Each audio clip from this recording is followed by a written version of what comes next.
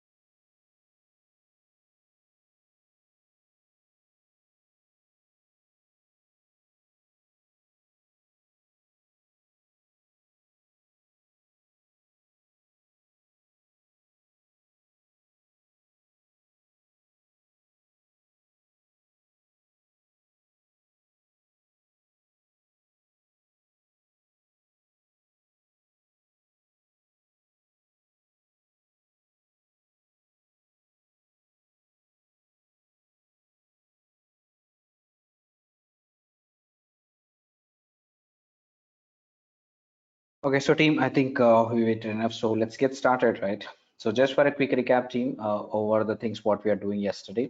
So I think we were learning about the Docker images. How do I build my Docker images, right?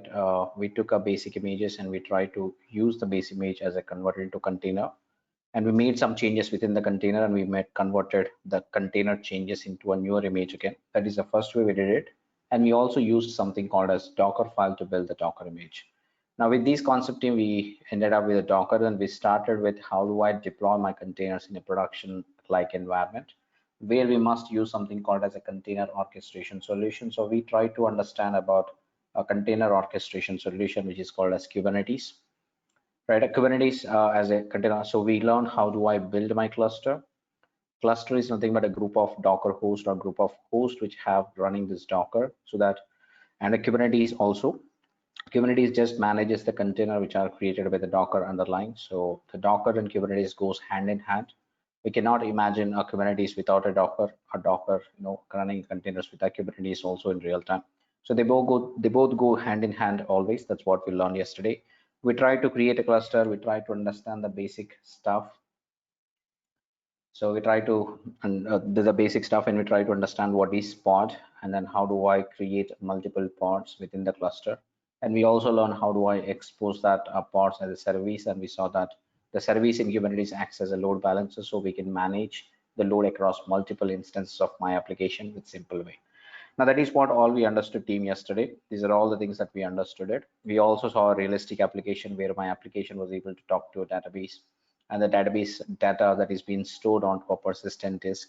We saw some examples like this, and we are able to do it, right?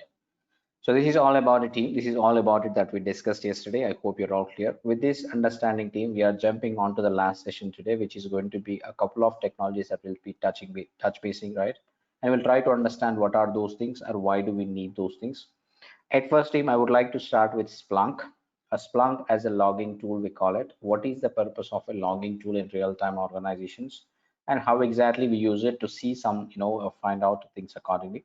right? And later we're going to discuss about something called as a monitoring tool, such as Nagios as a monitoring tool. We can discuss about it. Now, these are the two tools team that we'll discuss on the top high level, how they will help you find out something within the infrastructure. They're all for troubleshooting purposes or maintaining maintenance purpose. We use it always.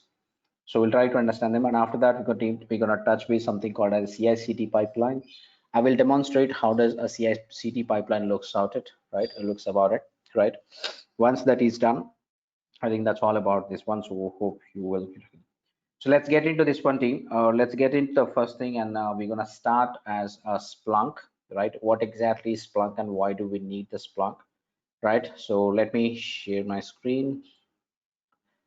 Okay, so great team. Hope everybody is looking at the screen right now. So just for an introduction to the Splunk team. First of all, Splunk is an American multinational corporation or corporate company. So that is not the point here, but the Splunk is also a technology, right? A Splunk is also software that captures or something, it is for the logging, we'll call it.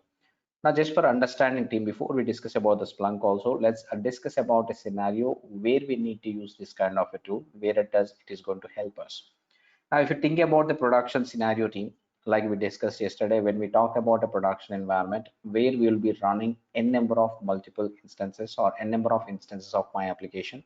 Like for example, we took it like facebook.com is having a millions of users, right? And yet they were able to maintain the high availability for that facebook.com application, right? At 24/7, whenever you access it, it is always accessible. So how does that happen is that they will deploy the application of Facebook website across n number of servers, right? N number of servers, that could be hundreds of servers, maybe 1,000 servers also. Based on the number of users that are hitting your application, we could maintain a bigger infrastructure like n number of servers that we use it. Now that is the scenario team. Now let's say that the same application, the facebook.com is a website, or same application is running the exact same application running across 1,000 instances, 1,000 servers. When I say 1,000 instances, there are 1,000 virtual machines that you take it and you deploy that so that they could handle the load or the request coming into the application accordingly, right? Now considering this is the scenario team, the facebook.com application, right, is running successfully on all the 1,000 instances, but all of a sudden, let's say that one of the page, let's say that when you're accessing facebook.com, right, you hit a 404 message, means that the page not found or page not loading error, you get it on the website. But let's say that when you refresh that again, it is going away, means that is a temporary issue, intermittent issue we call it. Sometimes it is giving you some 404 page, like a page not found errors, and then whenever you refresh the browser, when you said that is getting the loaded again, or the page is getting loaded properly. Now considering this is the situation team, considering this is the situation, what could be the reason here, right? What could be the reason here, right? Let's say that team, since we talked about it, millions of users accessing the website, and then whenever you send a request, which means that whenever you hit facebook.com, the request is going to the server. The browser is your client basically, and server is server where the request is going. Whenever you hit it for the first time, let's say that out of 1,000 instances or 1,000 servers, the request went to the 500 server, you got the page successfully, right? Let's say that when you refresh the page, the request again goes out, that refreshing is reloading the request or everything, resending a request in the server. Let's say that this time the server a request went into a 600 the server, right? Now that is way team, whenever it is hitting a particular server in the backend, you are getting a 404, which means that out of my 1,000 instance, one server is a black sheep there. Whenever the request goes to that one particular server, I'm getting a 404 server, a 404 message. That is what is a page not found. Now, looking at your things team, you are able to see the error in the browser. You are simply saying that I'm getting a 404, which is not good. But in the background team, let's say that if that issue has to be reported, you are reporting this issue to the Facebook. Now let's say that they started troubleshooting the issue, why it is occurring. Now team, they have a huge infrastructure here. They have a huge infrastructure of 1,000 servers where they deployed the application. Now, how quickly they can identify that the issue is coming from the one particular server, right? Now, how do you validate this issue basically? How do you, or how quickly you can identify this particular issue coming out from which server? Because we need to know where the request is going. We need to capture something called as a log, but at various levels, basically where exactly this is being logged. Means whenever you see a 404 page team, the same error being logged onto something called as a log file in the background, where your application generates some data always. Let's say that whatever the application that you're writing it, whatever the applications that you're accessing it, they always write some data onto the pages or log files, we call it. Application generated data, we call it. Similarly, if you deploy your application on Tomcat server team, a Tomcat server also writes some log file, right? Which means that team, the softwares that we are developing it, whatever it may be, it always generates some or the other data. The data is getting stored onto a particular machine wherever that application is running.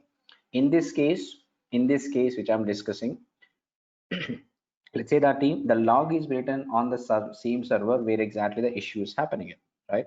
Now the question is that how quickly you can log into each and every server, whether the error is available on that server or not. How do you validate it, and how do you identify this? If I have to do this manually, team, if I have to do this manually, validating the log file across 1,000 servers is a big task for me. Even you say that, okay, I'll put a common storage for all my 1,000 servers. I'll simply log into a single storage server and I check this logs. Now still team, because there are 1,000 logs available separately. Of course, you might write a script or something else and you try to understand that. But is it so easy to understand the log file? Not which log file is having that 404 error? Let's say that you identified a file, that's good. But once after that one, how quickly you can read the log file to identify that issue, right? What exactly is causing the 404 or everything that. Now, how do you identify this issue so quickly so that you could resolve the issue for the end user accordingly?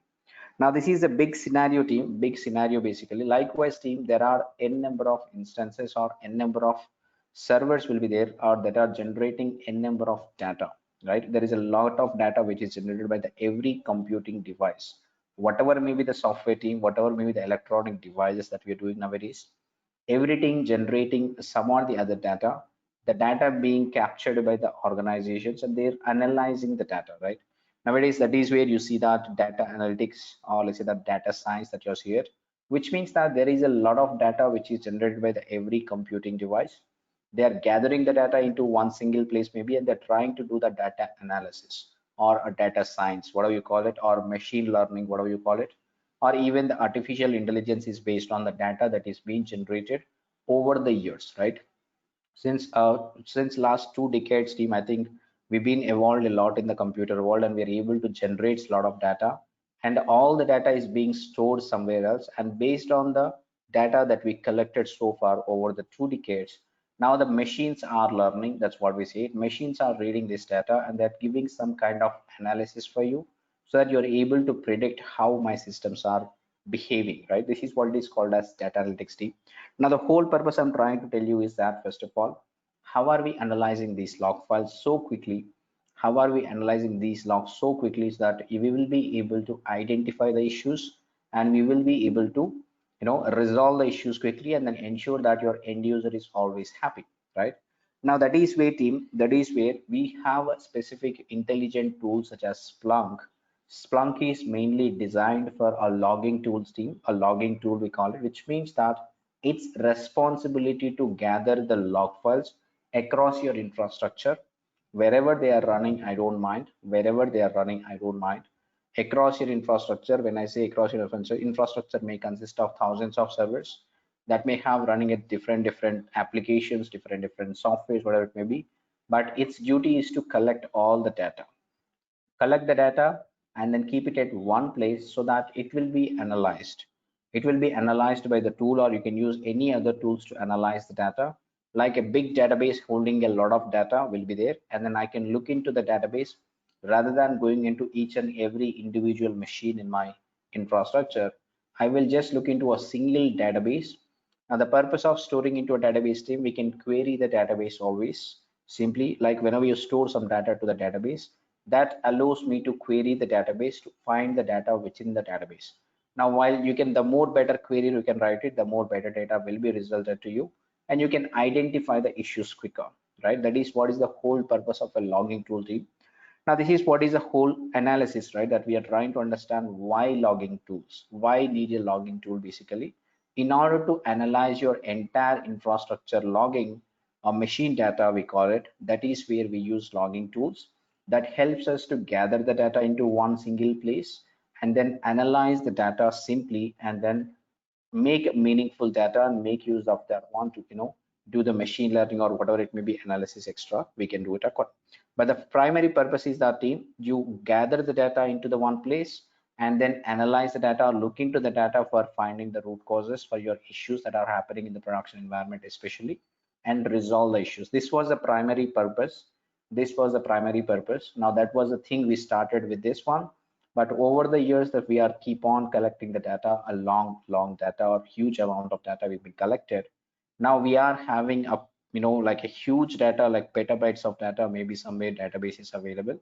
Now we are looking into the data completely, and then we are trying to do machine learning or whatever it may be is possible. That is what is happening.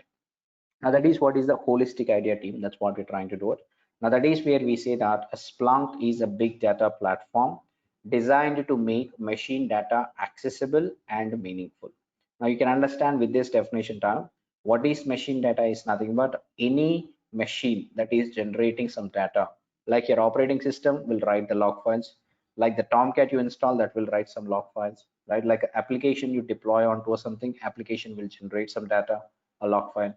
Let's say that nowadays we are using so many electronic devices that also generate some like a Fitbit on your hand, which is always gathering information about your health and storing it into a place where companies are suggesting you that you need to walk these many hours today. This is what the workout you need to do it. So how are they doing it? Because the Fitbit that you're getting, that you're wearing is collecting the data about yourself, what exactly you're doing, how many times you're walking. Based on the data itself, they're suggesting you to do what to do it, right? Now, this is just a top level understanding team, how the machines are getting intelligent day by day, how the machines are getting intelligent day by reading the data that is being created by us itself. So far, the decades, last few years or last 2 decades, maybe, right? We've been generating the data, we've been storing this data somewhere so that they're able to analyze this data right now. Our machines are reading the data completely and they're giving us suggestions for you. Based on that one itself, we are trying to become more intelligent or doing the machine learning accordingly. Now this is just a big, this is just on the top level tip. So right on that. Now Splunk is one of the tools. There are many tools as such basically, but Splunk is one of the tools. A big data platform designed to make machine data accessible and meaningful. Means that we cannot read the log files so easily. Team. When I say machine data, let's try to understand about a machine data. First of all, machine data is everywhere, right? Log files from the computers and network devices, usage and access data from the personal electronics that you use it, data from the sensors and remote meeting devices, whatever you do it, like Google is tracking, like they enable the location services on your device, and then Google is tracking wherever you go. Now Google can tell you where you are exactly, as long as the phone is with you, as long as the network connection is with you. Now Google is completely tracking you where exactly you're roaming all the day, and based on the location they're suggesting you, okay, this is what is the best in this place, you can go ahead and check it. Now this is what team, this is what is happening basically. Every electronic device that you have it with you is generating some data or is trying to give you some data or information accordingly by using your information accordingly. Now this is the idea team that you need to have it. This is the idea that you need to have it about the machine data basically, right? So it is everywhere. Now if you look at the machine data team, of course machines are generating the data, but if I want to analyze that, we must having a meaningful format. Now if you look at a realistic data team, you will never understand this data. I mean, I'm not sure how many of you looked at a log file, the data written by a machine basically, which is always a messy log file, like thousands of lines, maybe hundred thousands of lines will be there sometimes within a log file that is comprised of 1 to 10 MB files. Also you will not be able to read the data so easily because that is not a formatted in a proper structure or something. We cannot read the data in this log. Also this is just a log file from you. Still I have drawn a line between here that is still not understandable for you what exactly is within this log file. But let's say that if I give this data to a machine again, as for Splunk is also a machine, Splunk can read it better than us, definitely. Splunk can read better than us, but definitely. So here, this is where team, the Splunk needs this data, or we give this data to the Splunk so that Splunk takes this data into one place first of all, and then converts into a more meaningful format so that we could understand easily. Machine converts the data to a meaningful format, and we could understand the data easily, and then we will be able to analyze the data as per our needs again, and we do the necessary things or the root cause analysis or whatever you want to do it, you can do it. Now this is just a holistic idea team. What is Splunk basically? So when you say that one, uh, this is where the, so Splunk is kind of a Google for your log files, we call it. Like a Google is a place where you search for everything when you go for internet, whatever you don't need it. If you don't know some information, just go to the Google search bar, type your keyword, whatever the matching things, it will just display to you, right? Similar to that one, a Splunk becomes a Google for your log files team. Entire data generated by your infrastructure within your organizations, right? This is kind of provides a search bar for you, similar to the Google search bar. There is a data which is being collected by the same thing again. Entire data will be available within the Splunk database, and you could query or you could search whatever you wanted. That is the reason we case our Splunk is a kind of a Google for your log files. This is what we call it, right? Splunk stores all your log files and provides a very fast search capabilities. Search capabilities, we call it. That is what we needed. So roughly in the same way Google does it for the internet, right? Now there is way team, let's say that all my 1,000 servers, let's say that for example, the Facebook application itself right now, let's say that I stored all my 1,000 server log files into one single central database of Splunk. Now I could go to the Splunk UI and then just say that, give me the 404 error, right? Now it will write me the data within because I see that the error was occurred in the last 1 hour itself.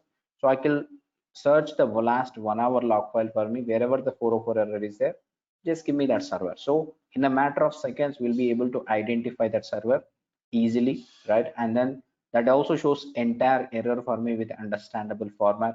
So we could easily analyze the data and we could easily understand why the issue was occurred and what is the remediation we need to do. We can quickly come to a solution accordingly. Now this is how team Splunk is making your maintenance part, or Splunk is making your infrastructure more stable by helping you to analyze the root causes easily. That is what the purpose of your Splunk again, right? So this is about the Splunk team. Now what Splunk says is something very simple.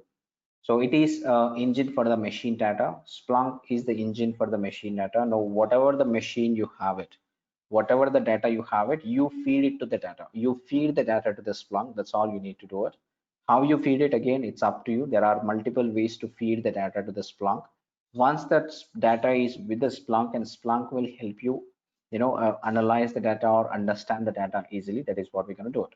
Now, once you have the data at one place team, of course, we can search the data. That is a capability that you get it. Search capabilities, you'll get it automatically. Now, once the data is available, I can set some alerts on my data. Let's say that if I see a 404 error, just shoot me alert. So Splunk is also known as a monitoring tool. Like the people think that most of the people think that Splunk is monitoring tool basically. No, Splunk is not a monitoring tool by default. Splunk was a logging tool. Now monitoring capabilities are being added to the Splunk based on the data which is looked at it within the database. That is where you can see it. Alerts and monitor can be created. We can design the reports based on the data that we have it. We can also create some dashboards to look out some data. Of course, Splunk is flexible enough so you can be a developer platform to ensure that you can add your own modules accordingly. Now, this is just an introduction to the Splunk team, right? Why Splunk again brings everything into one place, understand the problem across the whole application, not on a specific machine or a specific technology. More cost-effective problem resolutions, smaller teams, less resilience on senior resources, we call it, which means that earlier I might have to have 10 resources to analyze the data, but with Splunk, I can need only one resource. Of course, Splunk made this one accordingly, so we can look at it. So apply the big data concepts to all the supplemental information that aids in determining the health of your application or enterprise accordingly. And this is what it is, team. Let's look at a Splunk architecture maybe, then that will what we're gonna do it quickly. And we'll set up the Splunk and we'll try to understand about how to work with Splunk simply. In a quick way, we'll look into it. I'll say that team, when I come to the Splunk Splunk architecture, basically, let's say that there is Splunk architecture, I'll call it Splunk architecture, right? Now, what comprises of Splunk architecture team is very simple, basically. First of all, I need to have something called as Splunk database, right? There are three main components that you get it. There is a main component is that your Splunk database that we call it as indexer, right? That we always call it as an indexer. Basically, an indexer is nothing but a Splunk database. Now there is something called as on the top level. On the top level, there is another component which is called as your Splunk UI, which serve UI component of Splunk basically, which gives you the search bar or search capabilities for you. Splunk UI is what we have it. Now there is one last component of your Splunk team, which is going to be your the component that forwards the logs into the Splunk servers, right? That is where you see it. Now this is where team I'll see something called as your Splunk forwarder. These are the main components, we call it, within the Splunk architecture. There are few more components, but these are the main components that we have it. Now let's say that Splunk is the one, right? Search UI is connecting to the database. Sorry. It connects to the database basically for providing the data into it. Now, whatever the data within this one, this is known as your database team. Try to understand. The indexer is nothing but your Splunk database, where the data will be stored within this one. This is what you can call it, right? A Splunk database we call it, which is known as indexer. Now, once you store the data or how the data is coming into the database team, let's say that wherever I want to push the data, from wherever I want to push the data, let's say that I have 1,000 machines.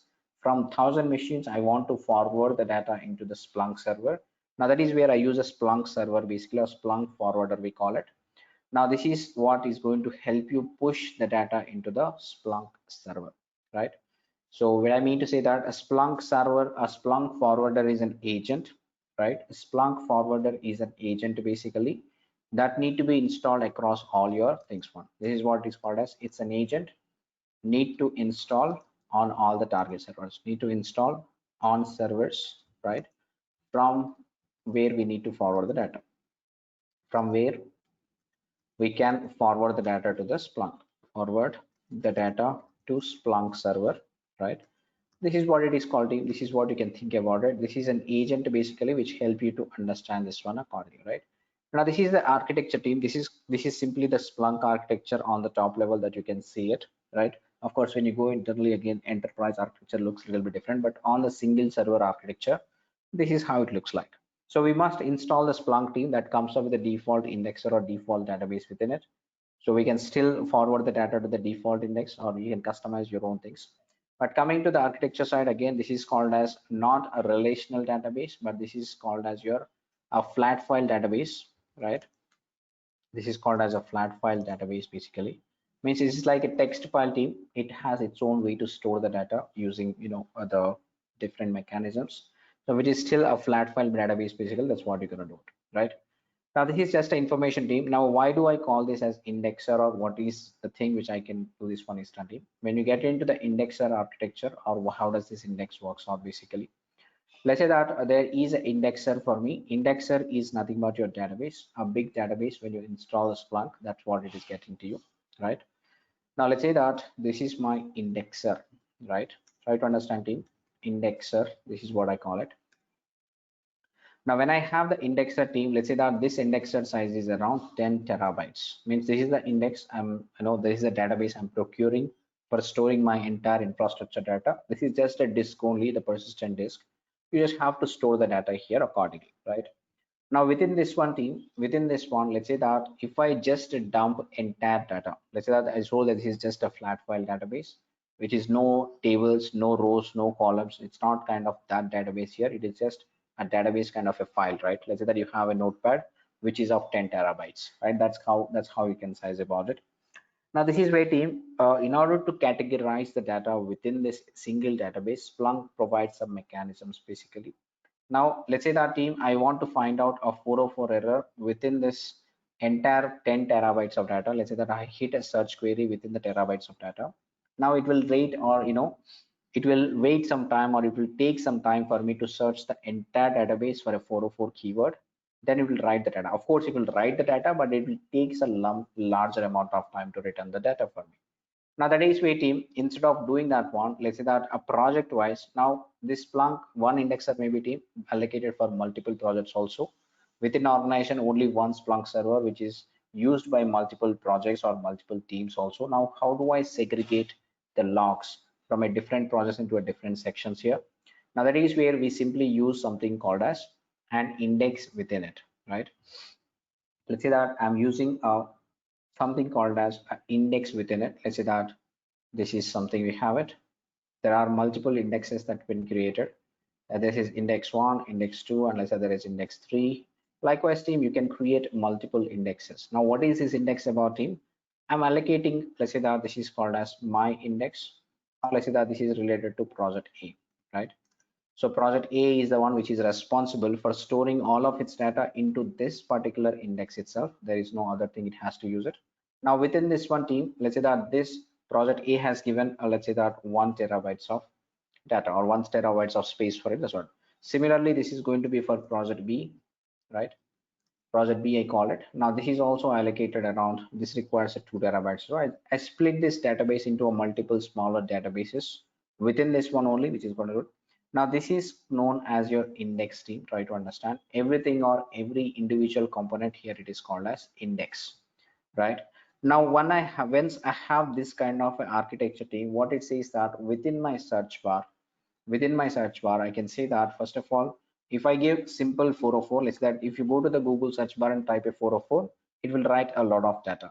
But let's say that if you want to go and search for a specific keywords again, let's say that here I can see that index is equals to, right, project A, I'll call it, right? Now when I say project A, now the search query, I know search query is limited to only this 1 TB area rather than searching the entire 10 TB area. That is what Splunk provides you like that. Now this is what this team, so the search query is minimized, search data is minimized here, so you get a faster results accordingly, right? Now let's say that I want to look out the data for only last 24 hours. Let's say that I can use a time filter here. Time filter, if I don't use it, let's say that this data been storing from the last 1 year. From the last 1 year, I don't need to look the data, but I want to look for last 24 hours. So let's say that last 24 hours data only you displayed, right? Last 24 hours data only you displayed. Now that is how team, this search bar provides some capabilities for us to search the data a little quicker. That is what you can understand about it. Now there is one more thing within the project team, we can use it in order to further minimize our search areas or search queries. Now this is how the search query will be built within the Splunk team. Let's say that within the project A, I have something called as web servers, right? For which I can create something called as web server. Means web server logs will be different and database logs will be different. Means a project may consist of multiple components such as this one DB logs. Likewise team, so these are called as your source type, right? We can say that a source type is what we created. Now when you create a source type, we say that a source type is equals to, again we can say it, right? So this is how team you can understand about it. Now within the search query, I can add another parameter here. Index is equal to so and so, and source type is equal to so and so. Now within the source query team, you can see that this is going to restrict another further folder, right? Which is that it is going to search only my database logs now. Now that is how team, that is how basically we can further minimize our query to get more faster results, right? Now that is a terminology you need to understand here team. One thing is called as your indexer. Try to understand the Splunk terminology. This is called as your indexer. Whenever I say indexer, indexer is a big database. Now when I say index, right, within an indexer you might have multiple indexes, index 1, index 2, index 3, like that. So as indexer can consist of multiple indexes. Now within a single index, again we have something called as source types. A source type is nothing but a type of log that you're storing onto an index, so that we will use these terminology while searching the data within our logs or within the Splunk UI. Basically the Splunk UI is something where it will provide a search bar, nice search bar for us, just like a Google search bar itself. We must write a query or we must write a search query to get the necessary data accordingly from our database. Now while I'm searching it, I might use this one like this. Okay, I want to search from this area, which is project A, and then from this one I want to search the only database logs or application logs accordingly. Now this is how team, while you're pushing also you need to push the data similar way, while getting the data also we can get the data similar way accordingly. Now this is where team, again understand that a Splunk forwarder is something which can push a log file from the target systems. Like say that if I have 1,000 servers in my production, from all those 1,000 servers, if I want to push the log files that generated my application or any data, there you need to install an agent. This is kind of a Splunk agent that runs on every node within the infrastructure, and that starts pushing the log file from the entire infrastructure into the target Splunk server. Now the Splunk server will simply analyze the data and will show me the data in a meaningful format accordingly. Now this is just your Splunk architecture team. Try to understand. This is how you need to understand about it. So on the top level, this is what I'm telling you. So let's get into the practical mode team. Maybe we will try to install the Splunk quickly, and we'll try to understand how this data can be searched quickly. That's what we can do it. Okay. So I have various servers created team here. I think there are many servers today, but let's say that there is a Splunk server. I have it. This is just a plain server. I haven't installed anything yet. But let's say that I'm going to logging onto this particular server, this one. This is where I have it. Now Splunk has a minimum requirement team. I'm telling you, if I want to install the Splunk, since Splunk is a big component here, which maintains this one, I need to have at least 2 or 4 GB RAM for it. Let's say that I created a bigger server today, which is 4 GB RAM. This is the 4 GB RAM of my server, and it also need to have at least minimum 20 GB disk team. Means the disk size need to be 20 GB. That is where you can do it. I took a server which is of 20 GB hard disk for me. Without that one team, the Splunk may not run properly, because Splunk is all about storing the data. So you must have appropriate disk. Okay, ensure that these are the prerequisites team. So with this understanding, let's say that I want to install my Splunk server here. A Splunk server is nothing but your indexer plus UI together. We can call it as a Splunk server, and the Splunk forwarder will be installed on a target system to push the logs accordingly. So we'll try to understand both this. First of all, let's try to understand how do I install the Splunk server, where it will have the indexer as well as your Splunk UI accordingly, so that we can access them accordingly.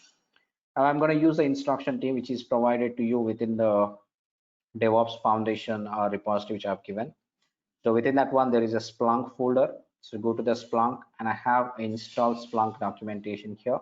So let's use this one. We can install. We are using an Ubuntu system. So let's follow this instruction, right? So I'll take this instruction team. I'll take this instruction. I will run it on my server. Here I'm running it. So it is going to download something. I think I'm missing something here. Mistakenly copied. Okay, it's missing a code. So here it is, and I'll place the code here. Okay, done. So let's say that team, it is going to download the necessary software for you, which is Splunk 7.2.6 is the latest version, which is running it. Now it is downloaded team. Now once that is downloaded, we can,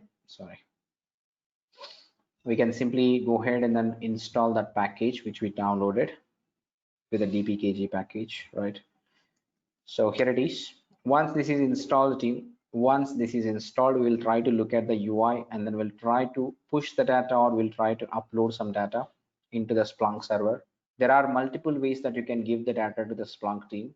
Means you can forward the data from a target system, or you can directly upload some data also. Like if you have a log file with you, that is not a realistic data, but not a real-time data we call it, but there is a some log file, a bigger log file like 1 to 2 GB, and I want to analyze the data within that one. I can simply upload the log file to the Splunk.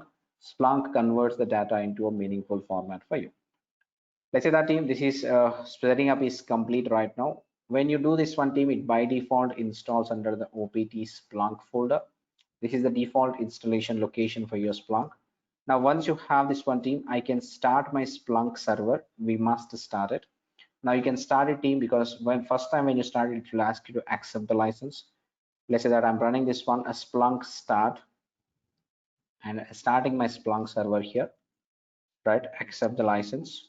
Now it is asking you the username and password team. Just enter the username and password. Let's say that admin is a username I enter it, right? Right. Now once this one is done team, it is going to start your Splunk server, right? Once the Splunk server is available for us, which means that I will be able to log into the Splunk UI, and I can give some data to the Splunk accordingly. Splunk converts the data into a meaningful format accordingly. You can see that team, it started basically web interface, everything is available for me. Let's say that if I want to access it, I will go to the get here, the public IP of my instance, right? Public IP of my instance. And by default team, a Splunk runs on a port number called as 8000. This is the default port number for your Splunk. Like your Jenkins was running on 8080 something. This is the default for this one. Now, when you access this one team, it is going to launch your Splunk UI by default. And as I told him, Splunk is by default a licensed product, but you can use a free trial here.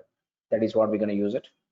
So let's say that I'm going to log in. It says that admin 1 2 3 4.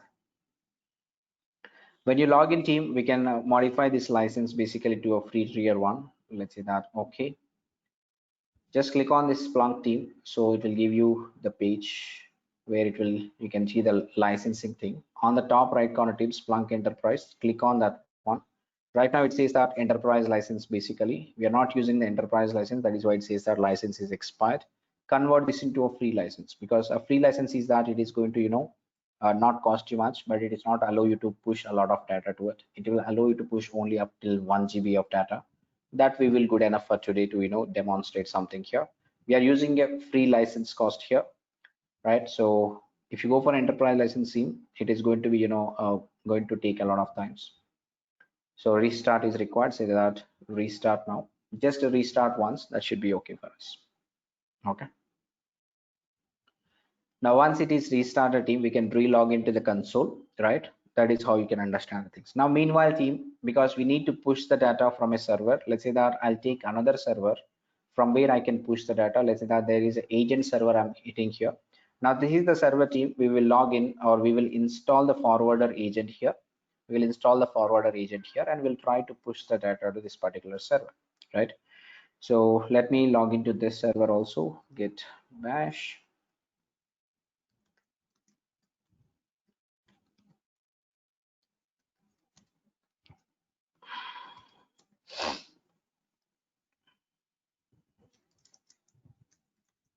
So here it is, team. Right now we do not have anything on this particular thing, which is a plain server again, where we will be writing something or some other thing, and we will try to push the log, any log that is available on this particular server. We will try to push it onto the Splunk server accordingly, right? Let's say that my Splunk server might be restarted by now. Okay, this says that good. Now let me re-access this one. Here it is, team, right? Now you see that it is good right now with our license, and you can see that, team, by default there is a search and reporting here on the left hand side. If you click on this one, it is actually going to show you a search bar, right? So with a search bar, we need to search the data first of all. There you have on the right hand side, you have a timeline out of what data you want to search it here. Right now we do not have any data within our Splunk server, team. We do not have any data within our Splunk server, right? Now this is where first of all we need to upload some data or push that data to the server, right? Let's say that here I'm coming back to the main page here. Now within this one, team, you can see that there is something called as add data. Now within this one, it will show you some options. How can I upload or how can I add the data to the Splunk, right? Now if you look at this one, team, it says that, right?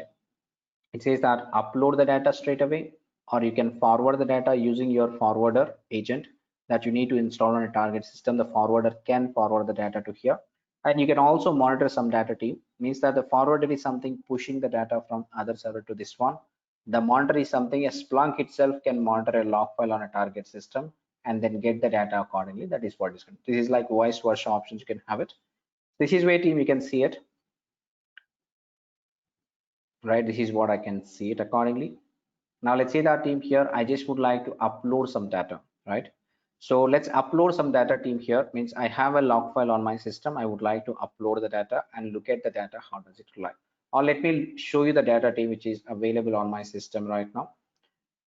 Let's say that I'll go somewhere here, right, as Splunk, which is the same thing, team, which I'm shared with you all. So here it is. There is something called as sample data, right? There is a few log files here. Let's consider these are the website log file, like an Amazon website, like an e-commerce website log files. Have it just for a demonstration purpose. Now, if you open any of this log file, team, let's say that there is an access log file. This is the data that you would see it within the log file, right? Let's say there is n number of information in it, but we cannot understand anything so far easily with it. But let's say that when I upload this data, when we upload this data into the Splunk, let me see that how does Splunk shows me the data, right? So let's go here and let's say that click on the upload option, because it is not a real time. We are not forwarding, team, we're just uploading the data. Now let's say that, team, select the file which you want to do it. I'll go back here, the same folder, the Splunk here, and then go to that the sample data, and get this log file and just open it up. Now it is trying to upload the data to the Splunk, team. Let's say that it is done. Once it is done, so let's say that next. Now the team, you can see that it is asking you the source type. Basically means within a default index, team, there is a default index will be there always. Default main index. We haven't created any custom index, but default index will be there. Now within this one, team, it is telling you what type of a source you are doing it, right? Let's say that this is called as access log, means normally the web server logs are access log, we call it. Now that is where it says that it is kind of an access log. Now within this one team, you can have various types of logs also. Let's say the application logs, right? A database logs or email logs. Based on the type of a source team, a source type, Splunk can analyze the data easily. That is where it is asking you what type of a log that you are giving to me, so that I can have a predefined, intelligence, use that to convert the data into a more meaningful format. That's what Splunk is asking you. Now, by default, this is a web server access log itself, so I'm keeping the same thing.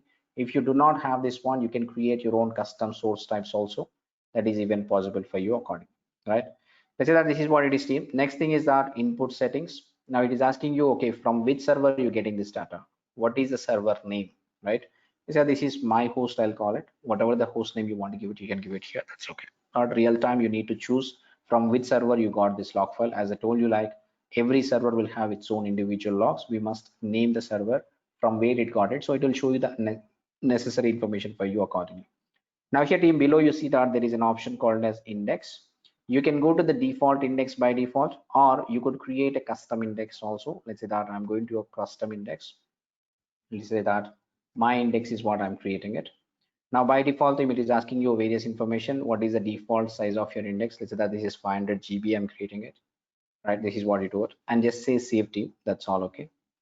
Now within this one team, let's say that there is a create called as my index is created. Now you can review quickly once. Now once you say that, submit the data, right? It is going to upload entire thing into the server now. Now it says that file has been uploaded successfully. Now let's say that start searching the data. Now looking at this one theme, looking at this one, I know it is giving some data to you here. Some nice graphic visualizations are also given to you automatically. Let's say that this is where you see that there is some data which is available. You still look at the data similar way which is available within the log file, but it is kind of looking at a little bit format. Now let's say that team, there are around 13,000. Look at the events column here, team, which means that there will be around 13,000 events. Let's say that whenever I access my web server, that is called as an event. Now likewise, team, there are 13,000 times my website is being accessed, right? Now within that one, how does my server responded, or how does my application responded within this one, right? Now let's say that team, I want to know how does my application respond, or how many times my application throw the error called as 404, right? Now this is where, team, we can simply see that index is equals to, because I want to have it my index. This is where I see it. Now within this index, I want to search it. Let's say that there is a 404 error, I want to find it, right? This is what I'm just the message, team, I'm giving you here. I want to identify how many times my application throwed a message called as 404 in the log file. That is the log file, you have it already. If I click on this one, team, now it says that there are 257 times you got it, right? Now this is how, team, but if I open this log, can you tell me how many times you got a 404 error? No, right? This is not possible for us so easily. Looking at this one, we cannot search the data. I can do a search on 404 here. Let's say that there is one 404 here, but how do you calculate how many times you got it? Where are the issues?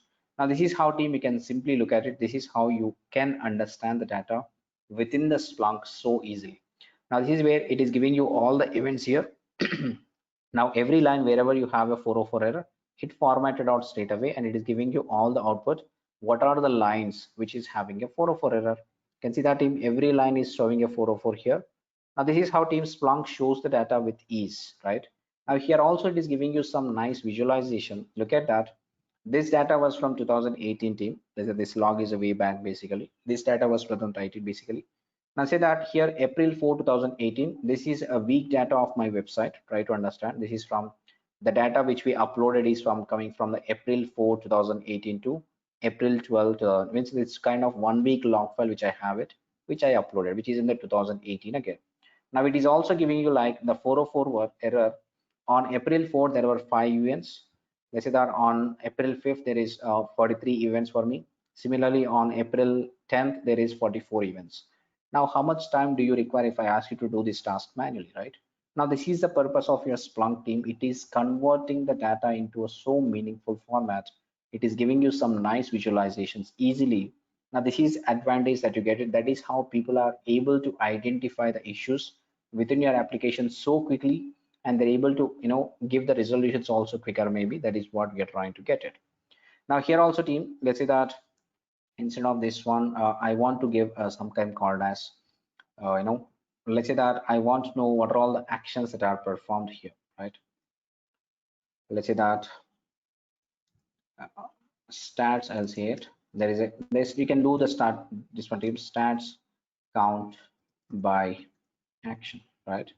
This is what I'm giving it simply. Now here team, you can see that there is a simple thing I did it as a tool, like this is my e-commerce website log team. That is why I'm came to know that this is for the search query. I can hit it. Now if I hit this code, there is something team, I'm saying that stats count by the action that I'm doing it. One is what are the actions that are doing on a website, basically give me the stats of each action which is done by the end user, right? Let's say that if I go to our Amazon website team, I'll do view the items, view cart items or whatever it may be. You might add to your cart sometimes, you go purchase, right? You may shuffle the cart again, add more or delete some of the cart.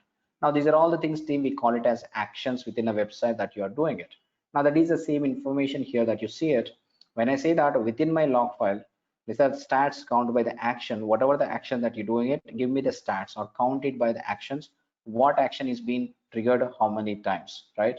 Let's say that here team, add to cart is a top action here. You can see that, right? This is what it is. 1970 times there is add to cart was done.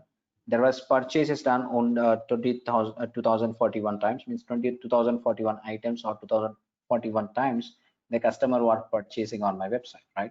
Now this is how team Amazon website are, they're also telling you the stats very quickly that whenever they launch a new phone, like in the last 1 hour we have sold these many phones basically, right? How are they able to calculate the things so quickly, right? Let's say that one place is launching on your Amazon right now, and they're telling that this is the last 1 hour sales, or this is what we sold it in last 2 hours. That every 1 hour calculations they're giving you so quickly that this is what is happening. Now how are they able to do this one team? Because they have these kind of mechanisms in the back end that is helping them to read the log file quickly and get the log file or understand the log file and do the things accordingly, right? Now this is how team you can understand about it. This is very simple thing. If you want a visualization for this, look at that. His goals giving you nice graphs automatically generated, which is the action which is performed most of the time, which is purchase is the one which is looks at the top, but that's okay. Which is a good result, right? Good thing that most of the people are purchasing on my website. My business is going good. This is how the managers are very much happy also. Now this is how team we can do that. Various things also can be done. Various things also can be done like this, right? So now this is on the top level team. This is on the top level. How do I look at my data within the Splunk server, right? I can write a lot of a good query here. Again, one more good query which will show me like who is the client. Let's say that stats count by the client IP, right? Let's say that client IP, I'll call it. There is something. Now you can see that there is a client IPs that I'm giving, which means that who are all the clients who are accessing my website, right? Let's say that if I access the website team Amazon.in from my laptop, they will capture my IP address, right? That is what is a client. I'm a client for the Amazon website.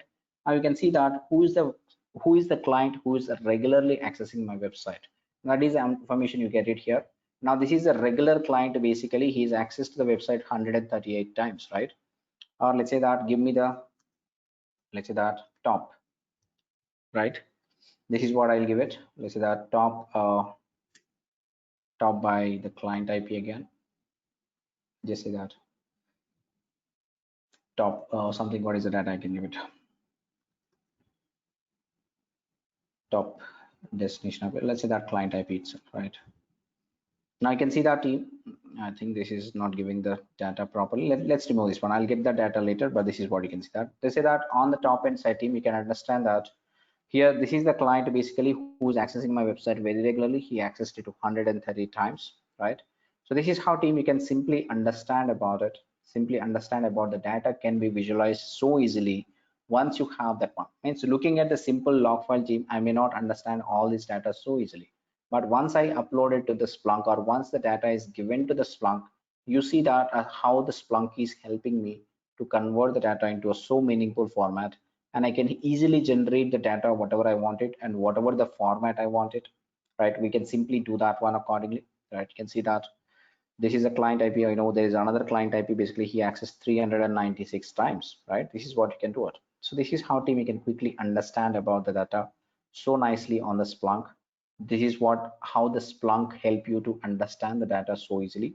This is what I can do. Now this is how team you upload the data. Once the data is available, I'm able to see the data. That's good. But let's look also a scenario here where I want to forward the data team. I'll quickly demonstrate that also.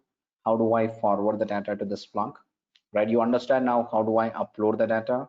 How do I search the data? How can I look at the visualizations of my data so easily?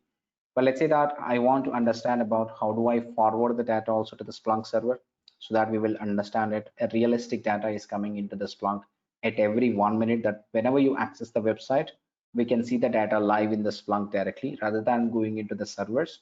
We can see everything in the Splunk itself. Now for the team, we need to forward the data from a actual web server when we think about it. Let's say that first of all team, we need to enable, this is the server team. The server should accept the data, which means that it should receive the data automatically. We need to configure something on my server, first of all, to receive the data. Go to the settings here, and there's something called as forward and receiving basically. Now within the forward and receiving, there is receiving data. This server should receive the data now from a different source, different server basically. Let's say that a configure receiving. This is the needing setting you need to done here.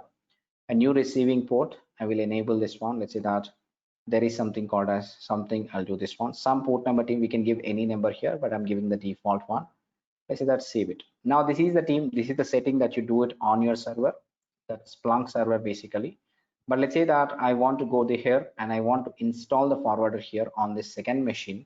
Now after we install the forwarder, let's say that we want to forward the data also. Now forwarder installation instruction team are available within this one. Again, go here, there is a Splunk forwarder installation instruction. Go to the Ubuntu side. So let's say that this is what I want to do it. So let me run this instruction team, install the forwarder first of all.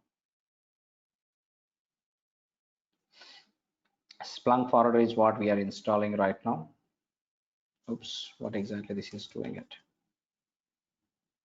I think we copied a lot of data team, I believe. I think we copied entire this one team, that is where it is. The problem is, okay, let me do this one. Copy paste issue team, just give me a second, I'll do it again. Only this one. Okay, this time I copied it properly. Let's see that clear something, and I'll just run this one only. Now you have the data availability, that's great. Now once this is done, let's get ahead and run the installation instruction.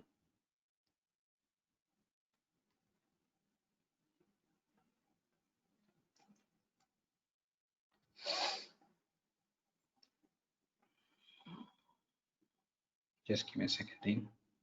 Once you have this one, let's say that we need to run this also again, start the Splunk agent also, which will start doing this one. Now we're just starting the Splunk agent team, which doesn't mean that where it has to forward the data and everything. We just need to configure the forwarding also. Whatever data it is asking you team, just enter it. Just configure the username and password team, that's all about it. Now you can see that my Splunk forwarder is installed and running it. Let's say that off Splunk forwarder is where I'm doing it. This is where you have the data about the Splunk forwarder, but not the Splunk server, right? Now once you have this data team, we just started the Splunk forwarder, but it does not know where is the server available. First of all, we need to configure the server where it has to forward the data. That server IP address and the port number that you enabled for receiving it, that what need to configure here. Once you configure the server details, and we can go ahead and configure the pushing, which log file need to be pushed onto the server accordingly, right? Now this is where team, look at it. Let's say that I have a document here to show you, and you can follow the instruction on configure forwarding document here. Go here, first of all, configure this one. So let's go to this particular thing, Control C, and then do this one. So once after this one team, you can go this one, a Splunk add forwarder server, right? Let's say that this is the data team you need to modify according to your server IP address. I'm saying that this is the one. I'm removing this one basically. Get the server IP address, which is hostname -I. So look at this one here. Sorry, get back here. And this one, the port number that we enabled in, which is 9997. I believe that is what we enabled it. Let's look at in the UI. Let me just check it in quickly so that we will check that one. So receiving data.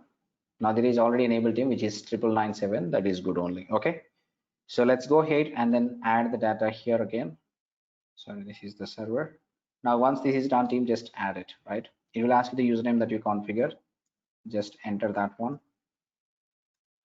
So this says that added the forwarding to this server, which means that we will be able to forward the data to the Splunk server right now. But which log file need to be forwarded again, right? What is the log file that I have to forward to the server again? That is also we need to look into it. Now let's say that team, I'm going to install a web server and we will try to access the web server and we'll try to forward the realistic data to the server accordingly. So let's say that I want to install an Apache web server here. Say that apt-get install Apache 2, right? Apache 2 is a web server. I'm just installing it. Now this Apache web server team by default runs it. Basically. Let's say that here. Once this is installed, we will try to forward the logs of this Apache 2 web server itself so that we will see some realistic data that you can always access it. Now let's say that in ps-ef grep Apache 2, I'm doing it. Now you can see that my Apache server is running it. Now this Apache server team would run some log. Let's say that this is where the default location of the log file for this Apache, var log Apache 2, I believe. Now this is where team you see that there are some logs available, which is access log as well as the error log for me. Now let's say that team, I want to access this web server to see some log is generating. Now this is what it is. Copy it and go to this one. Let's say that web server is accessible or not. You can see that team, my Apache is responding here, which means that whenever I access my web server here, it will give me a data in my access log file here. Look at that. Right now, some data will be available within the access log. Look at this. Let's say that tail, I'm just following the routine, tail-f, I'll call it tail-f access.log. I can see that team, there is some data which is written basically, but let me access my server again one more time. You will see the data is writing or not. Let's say that whenever I hit this one, it will write some data, right? You can see the log file thing, which is keep on updating whenever I access it. This is how you can see the data is being accessed or server writing some data. Let's say that I'll say /Naresh here, which is a page team which I'm looking on the web server, which may not be available. So which will throw me a 404, right? So that says that not found error. Then you see some 404 error here, I believe. Look at that, the last error was a 404 error. Earlier things was a 200, where we got the successful response. Now this is where you see a 404 error. Whenever I try to access /Naresh page, I see a 404 because the Naresh page is not available on that particular web server, right? Now this is the same thing team. I want all of you to do it also. Maybe replace with your things, right? Everybody try to use this URL in your browsers and try to access the data from your side. Try to access normally and try to replace my name with your name and try to access the data. So we will see that whether you're getting responses here or not. That is one thing you can do team, but meanwhile, I don't want to see the data here in the log file, but I want to see the data really on the Splunk server. So let me forward this log file into the Splunk server, right? How do I forward the data team? This log file basically. Now for which we can configure the monitoring for this one. Let's say that push the data to the Splunk. This is what I'm doing it. Now this is where I'm going to add the monitor here. Add the monitor for my log file. Let's say that here, go here, and I'm replacing this one, right? The path is this one, var log Apache 2. And let's say that access.log is something I want to push it, right? This is what I'm doing it. What happened here? Okay, we need to go to that one team, cd opt Splunk forwarder and bin. Now this is where you need to run this command. Let's run this one. Now it says that team added monitor for your my things according. Now this is what is team. You can see that, which means that right now the Splunk forwarder on this machine is already forwarding the data of this log file into the Splunk server accordingly. Now let's go ahead team, just look into this one on the Splunk server, right? Get here. Now here team, we are not storing into a default in my index basically, but this is a default index. We can go for it. Let's say go to the search, right? Index is equals to, I'll call it as a default index is called as main team. You can see that index is equals to main here. This is the default index which we are pushing it because since we didn't configure where it has to push it, it will by default push it into this particular thing. Now you can see that team, all the data which is available, there are 12 events which is accessed by my host right now. Look at the data from where it is coming up. This is the host from where it is coming out. If you can see the source stream, you can see that this is the log which is coming up here straight away, right? Now you can see that the source type, whatever it is, access to small, whatever it may be. Now this is the data team. We are getting the data from this one. Now you can see that on the top end here, those who are accessing the data already, which is Sachin. Sachin is what I see it. Sachin is who looking at it, this data, right? Naresh is the data which I have it, right? You can see that team, the data, whatever was available on the server right now, which is pushed everything into this one. Now, if you try to access this real-time team, the real-time data will be coming up here. Now, I'm not sure if you are all accessing this data again and again. Please try to access team. I see only Sachin was accessed last. That is what the data I see it, right? Please try to access the data from your end if possible, right? If possible, please try to access or open your mobiles also team. Within the mobile also you can access it. Within the mobile also you can access it. Just try to access this website team. Whatever I have given to you guys, we'll see the data live in our Splunk server. Okay, so great. Okay, so which is fine team. I hope you saw the data now. I'm not sure if you guys are accessing it, but still there is some data is not coming up.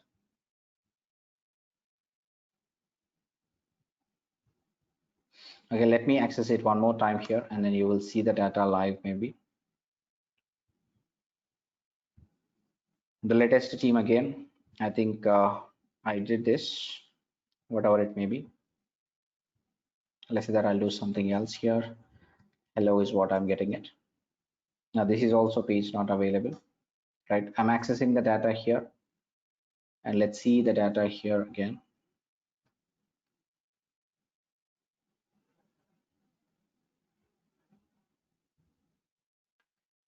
Okay, so some data must be available here.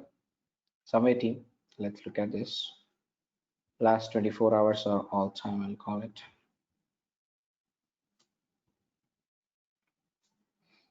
Now I can see some data called as Kiran Gandhi. Kiran Gandhi is accessing the data. I think he accessed it multiple times, n number of times. I see the data now. There is hello is also available. Hello is also available.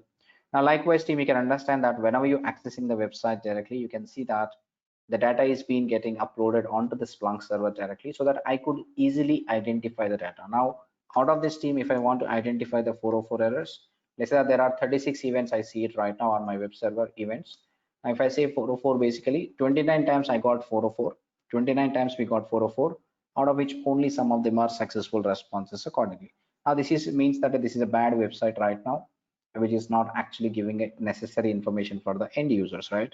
Now, this is how team I see that Suman is also access the data, right? Now, this is how team you can understand that a Splunk will always help you to understand the data accordingly. Mr. Bala, I also see this your data. So I see a lot of data team is coming in right now. Thank you so much for accessing it. So this is how team we can see that entire data is alive, right? Which is a web server, whatever is writing on my server.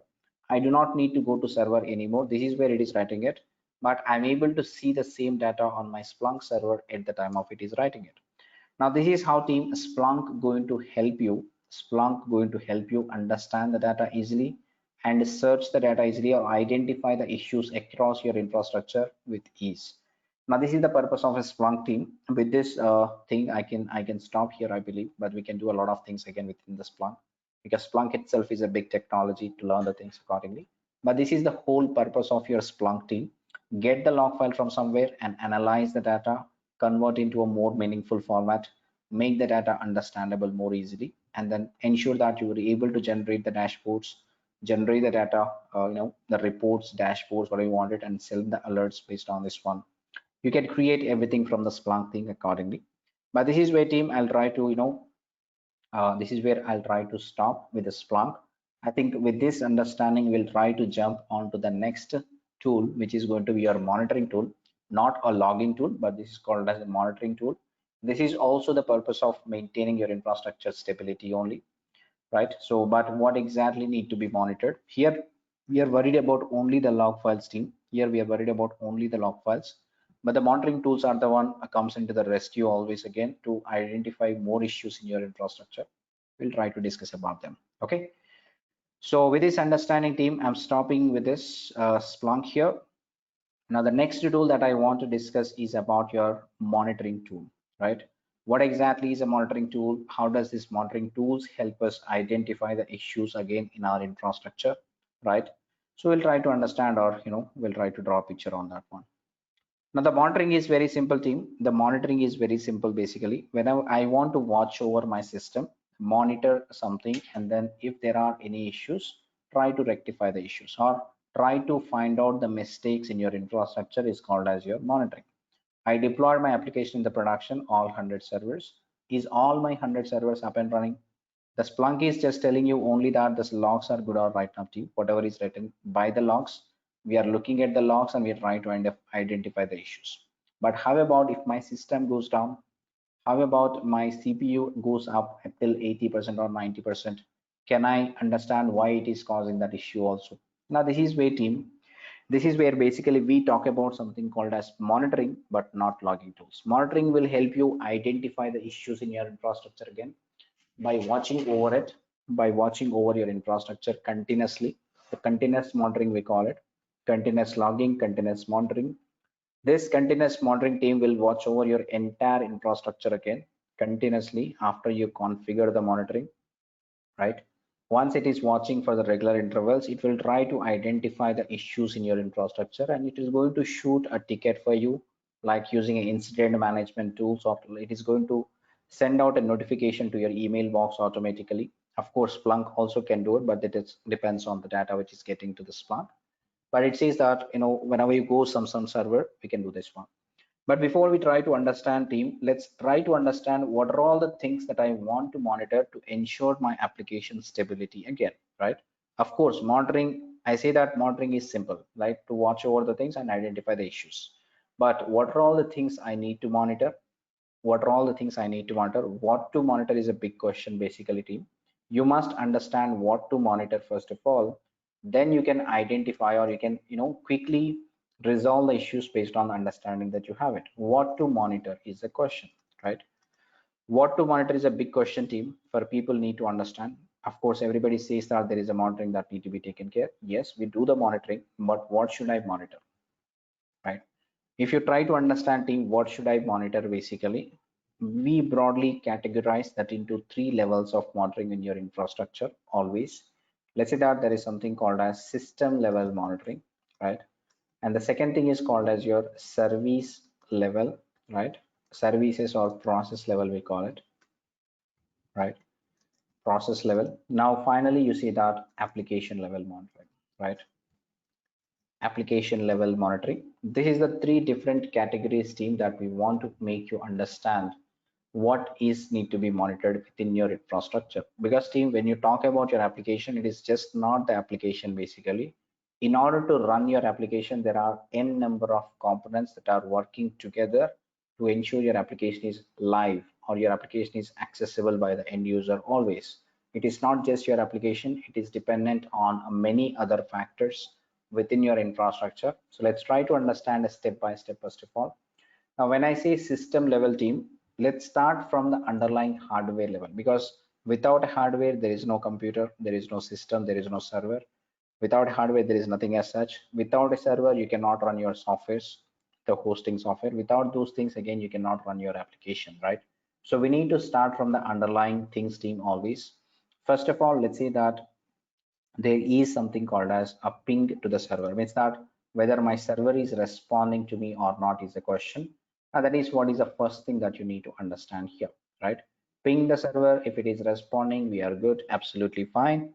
Now, once you have the ping server, right, let's say that sometimes the servers may be up and running, but we still not able to reach them because of the network. Like if there is no network for me, I will not be able to communicate with you guys.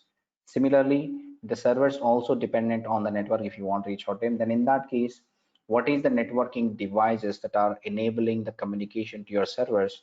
Because we are always accessing the servers remotely, right? We don't sit it in front of the server to access the server always. Like our servers are in the Amazon and I'm trying to access them from my desktop, right? So because I have internet connection, then only I'll be able to access my Amazon servers, otherwise I cannot. The networking, team, this is where the main device in my home which is enabling me the network connection is that my router, right? My router within my home which is providing me the Wi-Fi or LAN connection, whatever it may be. That is the main device that need to be up and running. If power down for my devices, I cannot access it. Similarly, let's say that there are something called as switches in your real organizations, right? There are networking hardware devices team, I'm talking about it, the systems level monitoring it. Now if these are available, my server is available, networking is good, my servers are good, up and running, my server is available. Once I log into the server, I must check whether my CPU is good or not, because the CPU spikes may cause your application latency or whatever it may be. Application may not respond also. Likewise, memory, and let's say that a disk space also need to be clear. If my disk space is 100%, my application cannot write the data, it will start throwing some errors. So this is all thing you need to understand at the server level, right? Now along with that, you might have to watch the IO on your server, network IO, call it input output rates, whatever using it. So there are many such components team at the hardware layer with the server layer that you have it, right? All these things need to be monitored. First of all these things need to be working well, then only I can see that my application is working good.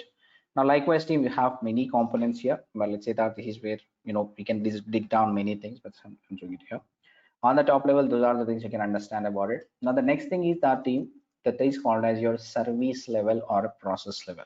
Means that team, if I develop a Java application, I cannot run the Java application directly, right? Means if I have a movie team, I have a movie file for you. Can I play the movie file directly without a player, without a media player like VLC media player or Windows media player, whatever you use it, iTunes nowadays you use it. Without those player team, the movie is nothing, because if I want to play this movie, there is something to be there. Similar to that one, if I want to run my application, there is a runtime environment required, such as your web servers, right? Web servers are the one which enables to run your application accordingly, right? We call them web servers, or let's say that application servers, web or application servers we call it, right? Now similar to that one, now let's see that servers here, similar to one, nowadays we are containerizing our application, so our Docker process must be running, or let's say that within the Kubernetes there's a kubelet agent that need to be running it. These are all the processes team that enables or to run your application basically, right? To run your application, all these processes must be running within your infrastructure on top of a server. Now once you have these things are running, now these are the not only thing I'm talking about application, but if your application is dependent on a database, my database is also should be available. If the database is not available, the application throws an error, it may not be working well. Similarly, your application may be dependent on a LDAP server for authentication purposes or authorization purposes, right? Like user databases that we have it always, LDAP or Active Directories. Now let's say that your application is using some message services like message queues, we call it MQ services, that are different things altogether, right? Maybe a FTP servers where your application trying to forward an app file to a different servers. DNS servers, you have it within your organization to enable the communication between multiple components.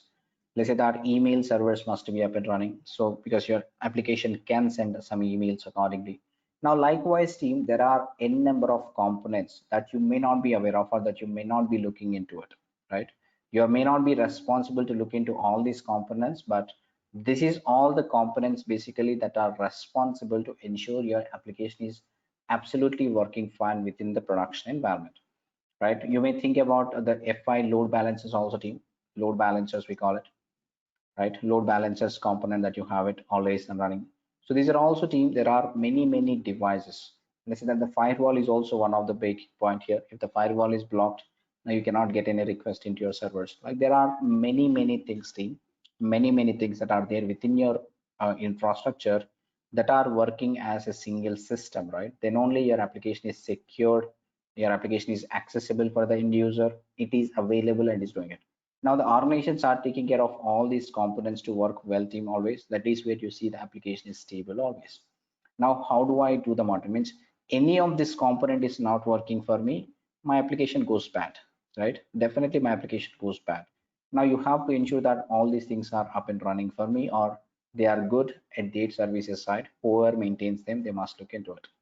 Now this is what team you need to enable the logging or monitoring for all these components, so that we will come to know if they go down, if there is some issue with the services, we will come to know accordingly. Now this is the second level monitoring team that we need to enable to ensure that you are always ensuring that your application is stable in the production always. Now the final level team, if you are all good with this, finally I'll worry about my application. What is I need to worry about my application? There are many URLs for your applications. You access the application with a URL, whether my URL is available or not, right? Once the URL is available, let's say that number of connections I want to monitor on my applications. Let's say that how does my application is behaving when the number of connections, how many connections are coming in accordingly. Application connections, what do we do it? Now let's say that there is a response time of an application. Means that response time is something to whenever you hit facebook.com, how quickly your application is responded, right? If it is responding over 2 or 3 minutes stream, you were not willing to use that software anymore or application. Now response time is also very critical component team need to be monitored every time within your organization. If your application is not responding well, end user may not like to use it. So the client interaction or client experience is always matters for your organizations. So they will always worry about this response time of your application, how it is responding. They must monitor this response time continuously, ensure that the end user is also getting the same response times. We need to validate things accordingly. So response time is also very critical component of your monitoring in the application side. Now you might have something called as transaction times. Means if your application is performing transactions with the different systems altogether, what is the transaction time it took it? For example, if I go to the Amazon website, whenever I purchase some item, right, I click on the buy option, then it will immediately take me to the banking website where I need to enter my credit card or debit card details and submit there. Once that is approved by the bank, then payment that comes back to the Amazon website again. So the travel time team here you can think about from the Amazon to the banking website, from the banking website back to the Amazon website. This is the whole transaction time we call it. How quickly we are able to do it. The transaction times also matters for your application. So these are all the things team we call it as application level monitoring, right?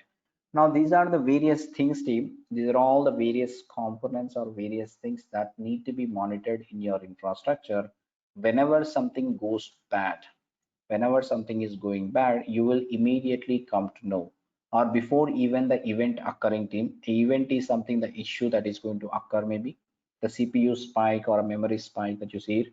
These are all called as incidents, right? Incident is nothing but the issue that is occurred in your infrastructure can be called as your incident. Now, before occurring an incident, basically we can put some threshold. Let's say that whenever the CPU goes for 80%, give me a warning notification. Whenever it goes to the 90%, give me a danger notification. If I still don't look into it, that will become an incident. When it goes to the 100%, system will be dead. Then you will see the instability in your application again. That is called as an incident. The server went down because of CPU spike. Why the CPU spike again?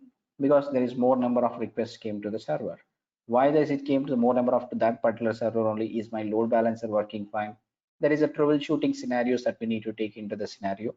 We need to get into that picture. How do I troubleshoot the issue? And once an incident occurred to team, we should not repeat the same incident again.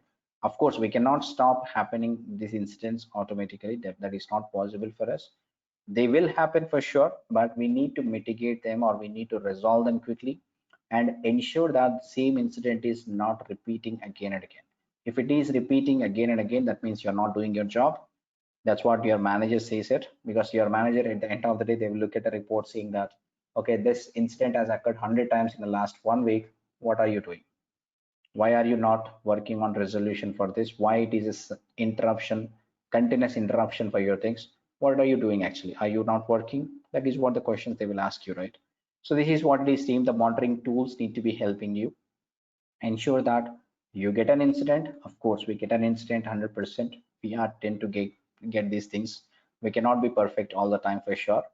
We tend to get these things, but once an incident is occurred, ensure that that is not repeating again and again, right? Whatever you do it, whatever the reason that you get it, ensure that you work with multiple people, ensure that that is not happening again, so that you can see that, okay, we are working on it, we are trying to fix the issues, trying to find the root cause, fix it permanently. When you try to fix it permanently, one issue, there will be a new issue will be rising again for sure. So you will have your job continuously, but this is how the monitoring tool will help you to analyze the data or find out the root cause also. Sometimes based on the statistics, it will collect it always and will try to give the data accordingly. Now this is what about the monitoring team, why I need monitoring, why I need monitoring for my infrastructure, or how does, what should I monitor within my infrastructure so that it will be easy for me to identify the issues and do a root cause analysis to fix the issues permanently again. Now this is where team, this is where we need to use something called as monitoring tools. This is where we need to use the monitoring tools. Basically we need to use the monitoring tools which will help us identify the issues in our infrastructure. Now that is where team, we are introducing you to the Nagios as a monitoring tool here, right? Try to understand.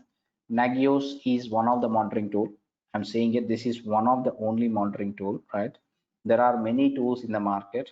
Like I can list a very wide team. Let's say that I can list many tools here. Let's say that site scope, I'll call it, right? I'm not sure which tool you are using it. Dynatrace, we call it. There are many tools, you have it. App Dynamics, right? So let's say that there is something called as CA Introscope or CA APM, I'll call it simply, right? Now there is something called as Prometheus, right? Prometheus, right? So let's say something called as New Relic, right? There is something called as Zabbix. Now there are many tools. I'm telling it, monitoring tools are very much there in the market. You could use any of these tools. The purpose is same thing. The implementation will be a little bit different. I'm telling you. The purpose is same thing, to monitor something and throw some alerts. That is what all the purpose about any monitoring tool. But the implementation side, how quickly they can help you to set up the monitoring, how quickly they can help you to understand the monitoring accordingly. Nagios is one of the tool team in the DevOps world right now. We talk about it. Nagios has two versions, which is called as your Nagios Core, which is an open source, we call it, which means it is a free software. You can download it and start configuring infrastructure monitoring. Nagios also has something called as XI, which is a paid version, right? Which is a paid version, which means that which is going to be much better than your free version, of course. The free things are always a minimal things, we have it, and XI is a paid version with which we can easily configure the things and we can easily understand the Nagios configuration of monitoring. So we're going to use the XI team. We can get a trial version for this one, just like our Splunk is also enterprise, but it is a trial version. We use it a free license. This is also we can use a trial version because setting up a Nagios XI is a lot easier than your Nagios core server, or configure a monitoring with Nagios XI is a lot easier than configuring a monitoring with Nagios core server. So what I'll do is that we're going to just simply get the Nagios XI and we'll try to install it quickly, and then we'll try to access the UI and we'll try to configure a server for monitoring accordingly. Let's do that team. Or before that, let's try to understand the Nagios architecture, simply what it is going to do it.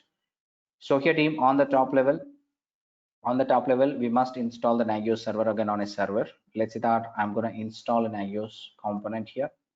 I'll install Nagios here, that is called as your Nagios server, right? Nagios server is what you call it. Now, this is a machine team with an operating system, that's it. And this must be a Linux team. You cannot install Nagios on a Windows machines, that is not possible. Now, your machine must be a Linux machine to install the Nagios, first of all. Now, there will be n number of, there will be n number of target server team to which you want to monitor it. Let's start target 1, target 2, target 3, you can call it as target 4. There may be any servers in your infrastructure, like you are installing something called as a Splunk forwarder to push the logs to the Splunk server. Here also team, we must need something here. The target servers must be installed with an agent of Nagios, which is called as NRPE. NRPE is something called as team Nagios remote plugin executor. NRPE we call it. So if it is a Linux team, we can install NRPE. If it is a Windows, we install a client called as NSC. That is the only thing we call it. Means if it is Windows, use this agent. If it is a target is a Linux server, you can use a NRPE agent again. Once you install this NRPE agent team, Nagios server can communicate with this NRPE agent on the target server, or NSCE agent on the Windows servers, right? Then it can start monitoring it, right? Or let's say that we configure the monitoring team on your Nagios server. Let me tell you that Nagios architecture within it. So here team, you have something called as a scheduler, right? A scheduler is schedules your monitoring, basically how frequently you want to monitor the target systems. A scheduler component will be there within your Nagios server, and there is a notification system also will be there. right?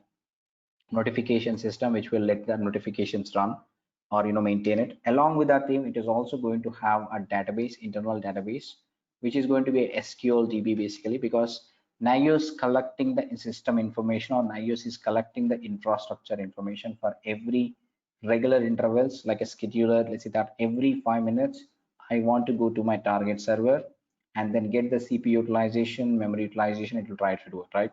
It will gather all the data. It will keep on storing into the database. So that it is also going to give me the historical metrics. Based on that one, I can also again analyze the data, why the CPU is spiking on my server every day at 2 a.m. accordingly, right? There is a particular time, that time the CPU goes spike every day. Now, why this is happening? This is called as historical metrics team. The historical metrics may be stored into the Splunk, this database accordingly. Now, this will show me a nice reports where how many times my server went down. Your manager is very interested in looking into this data. How many servers my server went down, right?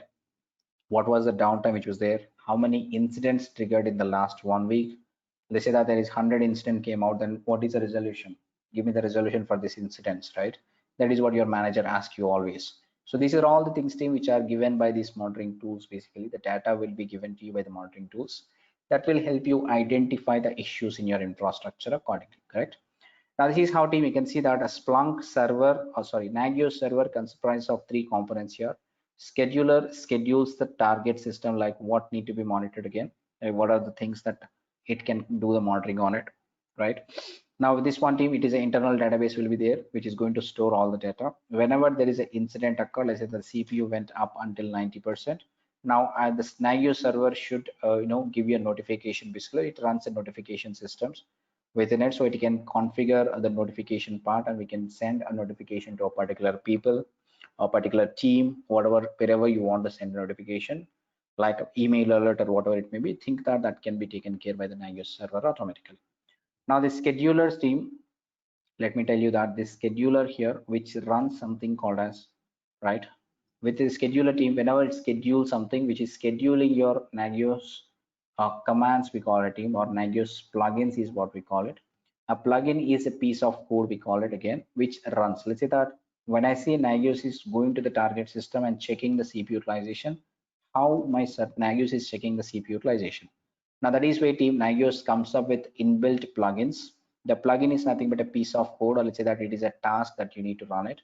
I want to check a CPU on my target system, that called as a Nagios CPU plugin, which help you to identify, which helps Nagios to run the command on the target system and collect the metric CPU on that server. Now this is what it is team. The scheduler gives the task to the NRPA here. Nagios server does not run it directly. Nagios server passes the information to the NRPA agent on the server. Now NRPA agent takes the instruction from the Nagios server. It will try to run all the commands or whatever is requested by the server. NRPA agent that runs on this server, that executes all the tasks what is given by the Nagios server. It collects the data about CPU utilization, memory utilization, disk utilization, and collects the data. It will forward the data back to the Nagios server accordingly. Now this is what it is going to do team. This is what it is going to do it. Now this is how you can simply understand about the Nagios architecture team. But let's get into the practical mode again. We will try to run the Nagios server in one server, and we'll try to install an agent on another server, and we'll try to monitor a few components of my server accordingly. We're going to do that quickly. Okay. So let's go ahead team and let's run this one. And the easiest way I can run a Nagios team, because Nagios server is a huge component here. You can see that it runs multiple things: scheduler, notification, SQL database. While installation team, the biggest process, this is the biggest process of installation basically, because we must install the database, we must install this one. So it takes a longer time, right? It takes going to be a very longer time for installation. To simplify the things team, to simplify the things, we know that now with a containerization in the picture, basically we can simply containerize our Nagios server also. So what I did is that within the Docker Hub team, I prepared a Docker image which consists of my Nagios XI, whatever is needed to run my Nagios XI. Within the image I have it. So I have prepared that image, and I just going to run that image right now as a container. As soon as I run it as a container, my Nagios server will be up and running. We can start accessing our Nagios server accordingly, right? So here it is. So within this one team, I have the latest version of Nagios XI. This is the one which is this one. So this is the Docker image basically. So let me pull this Docker image team. In order to pull the Docker image again, I'm going to use the same Splunk server. Let's say that here the Splunk server itself, I'm using it. Okay, this is good only. Let's say that here I'm going to run my Docker also. Let's say that Docker. I think I installed a Docker here team already. Service uh, Docker status. Okay, I already installed the Docker team, which means that I can run a Docker container also on this machine. Now let me pull this Docker image first of all, which is Docker pull something, Nagios XI, so that once this image is available on my system team, I can simply launch, right? I can simply launch this image as a container. As soon as my container is up and running, right, I can access my Nagios XI. Like you containerize your own application, we containerize the entire Nagios server itself. Rather than taking the installation every time, I just installed once in the image, prepare image, image is ready, run it as a container, access your Nagios XI.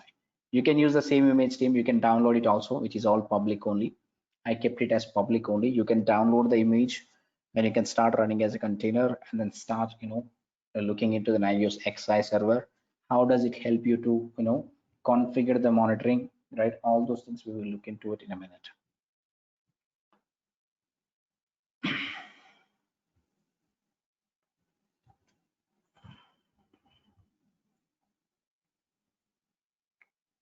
Now it is downloaded team. It is downloaded. Let's look at this one, Docker images. Now I have my image ready, which is around 2.57 GB. Let me run it as a container team. I'm going to run it again. Docker run -d, right? I can map my own port number team. Let's say that 80 and 80. Within the container team, my default Nagios port number is 80. That is what I'm using it. So this is the server I'm using it. Let's say that this is the version. Now this is how team I'm running it. Now let's say that my container is running it here, Docker PS. See that my Docker container is with Docker Nagios XI container is up and running successfully. So here it is team, this is available on a port number 80. So I'll access this one from the browser. Here it is. I'll remove this entire thing. This is Nagios server, which is running on the, Splunk server, which is running on the same server. There itself, I'm running this Nagios XI also, not this one, but 80, right? Now you can see that team, it will launch your Nagios XI because we launched our, we install this one right now. You can see that team, let's say that access to the Nagios XI simply. And this is the trial version team. It is not a licensed version. Again, I'm telling you, Nagios XI is an enterprise product. It need to purchase the license if you want to use it flexible. Full-fledged product can be utilized by using a license only. Here we're just going to demonstrate a few things which can be do it from the free trial license also accordingly. So here it is. Within that, it is asking you to change the time zone team. You can change wherever you are basically, right? I'll go to the Mumbai where I'm in right now. So let's say that I'm going to the next page where it is giving you the password and the default username. We can still do this one. Let's say that finish installation.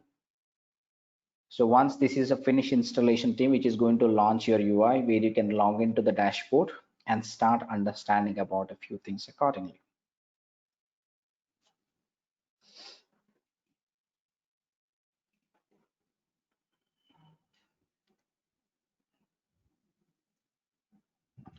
Now I can see that team, it says that installation is complete. It is asking you to log into the Nagios XI. Let's log into it. Now this is the default username and password team, and you can configure your password accordingly once after you log in. You do not need to remember it.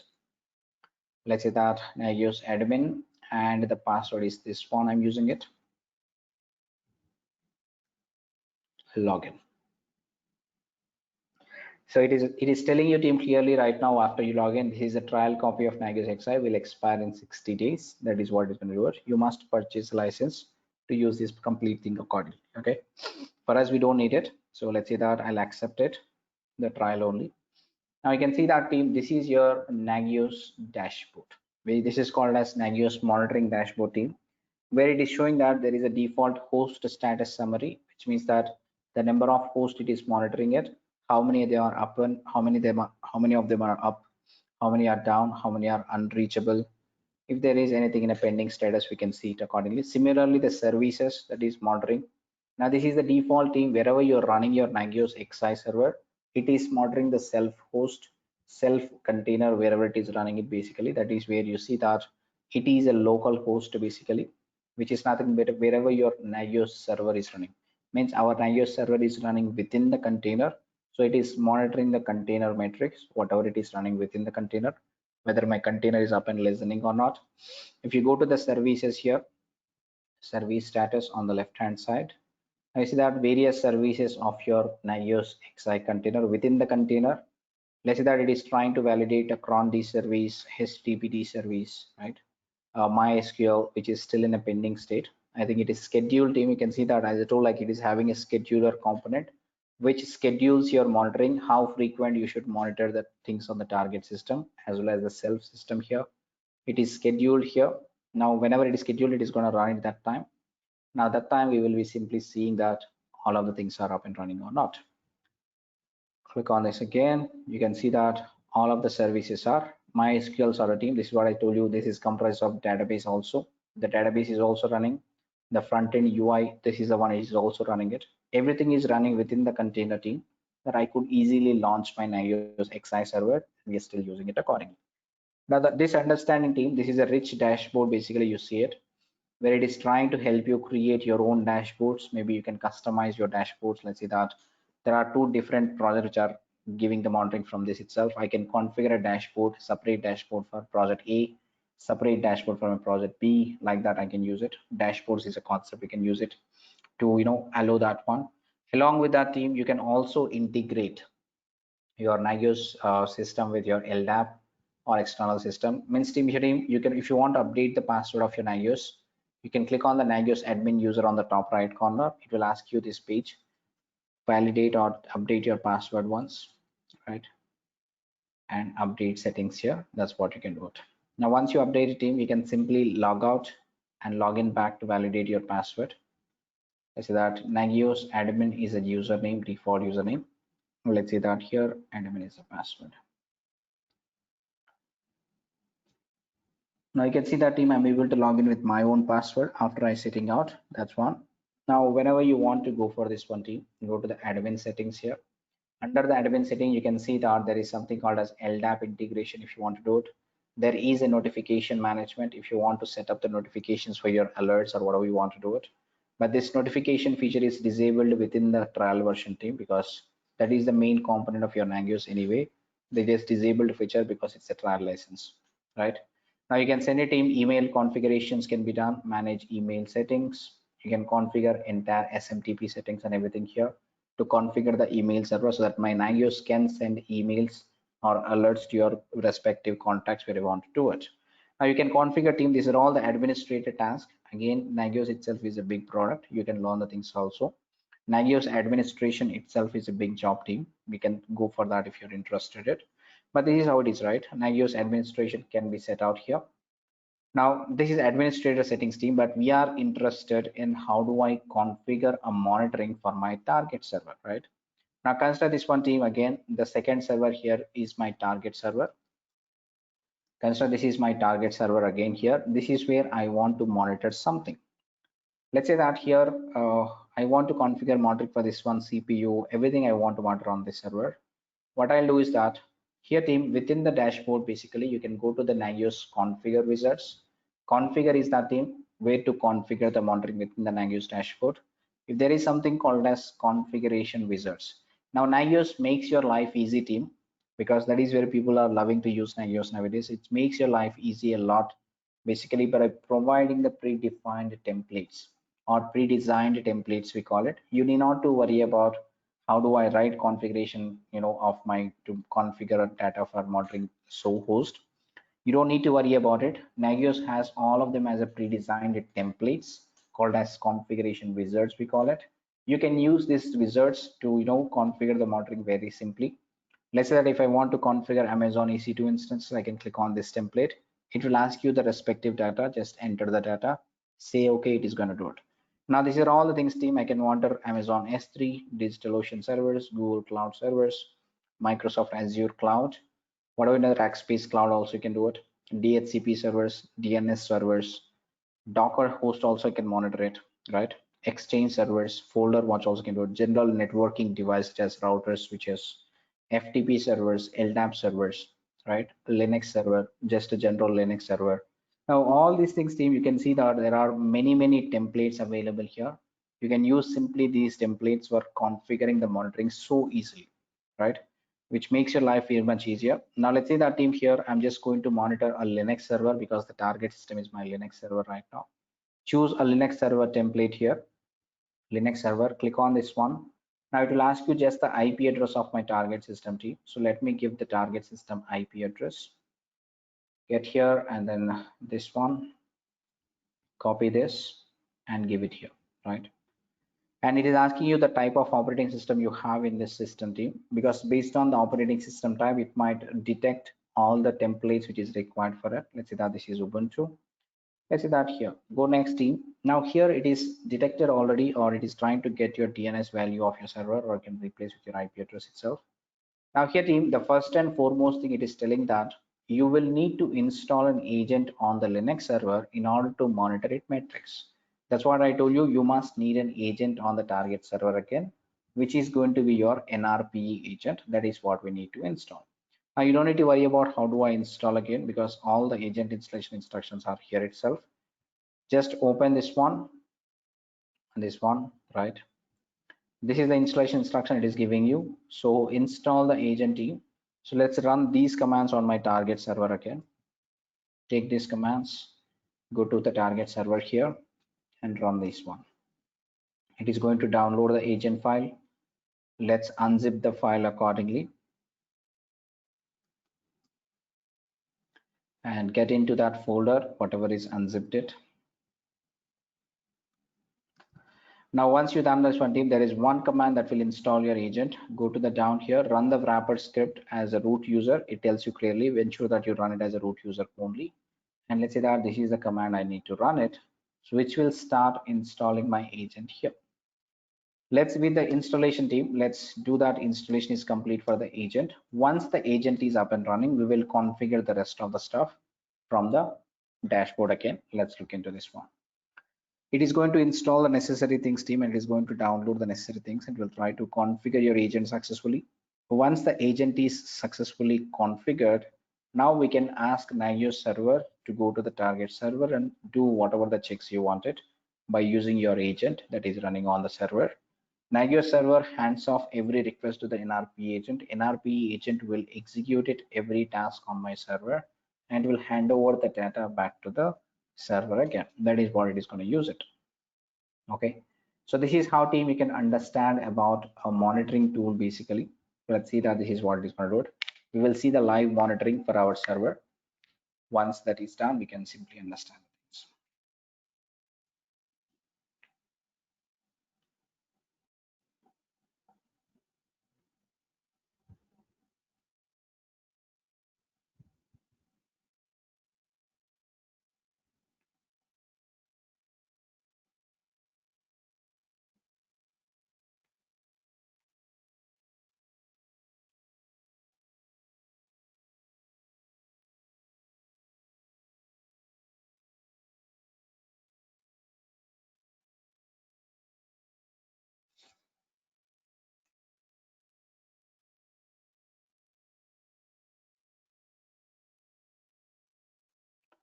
So this is how team, it is taking some time, but it is going to install it quickly. So let's look at this one and then we'll try to do the things.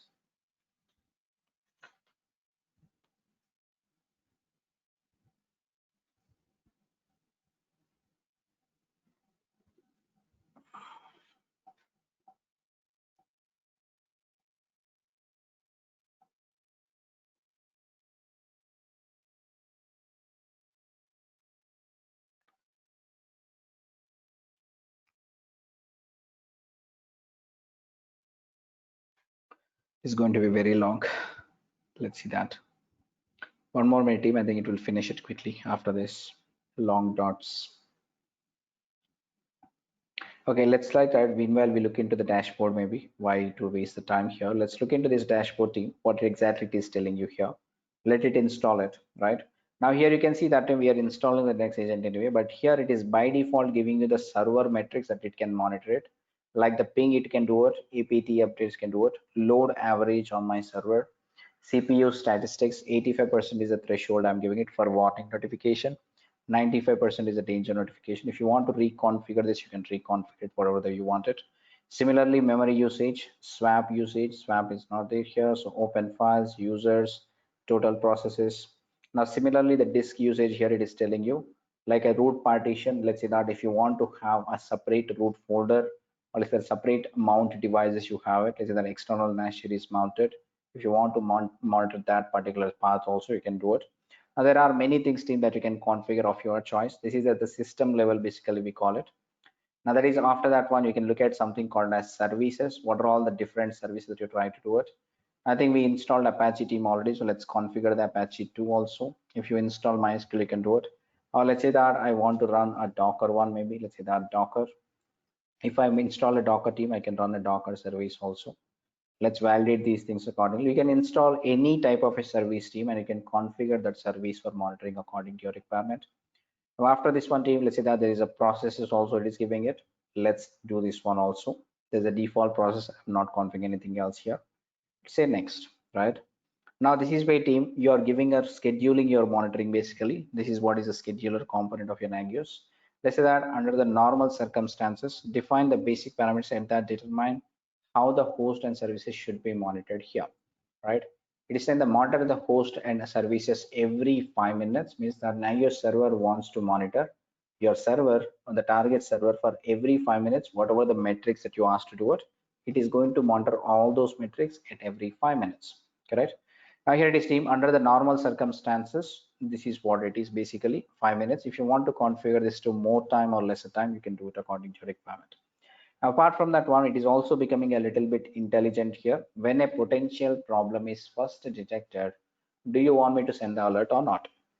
Means that we know that there are something known issues, maybe sometimes like that CPU fluctuation may happen a lot of times.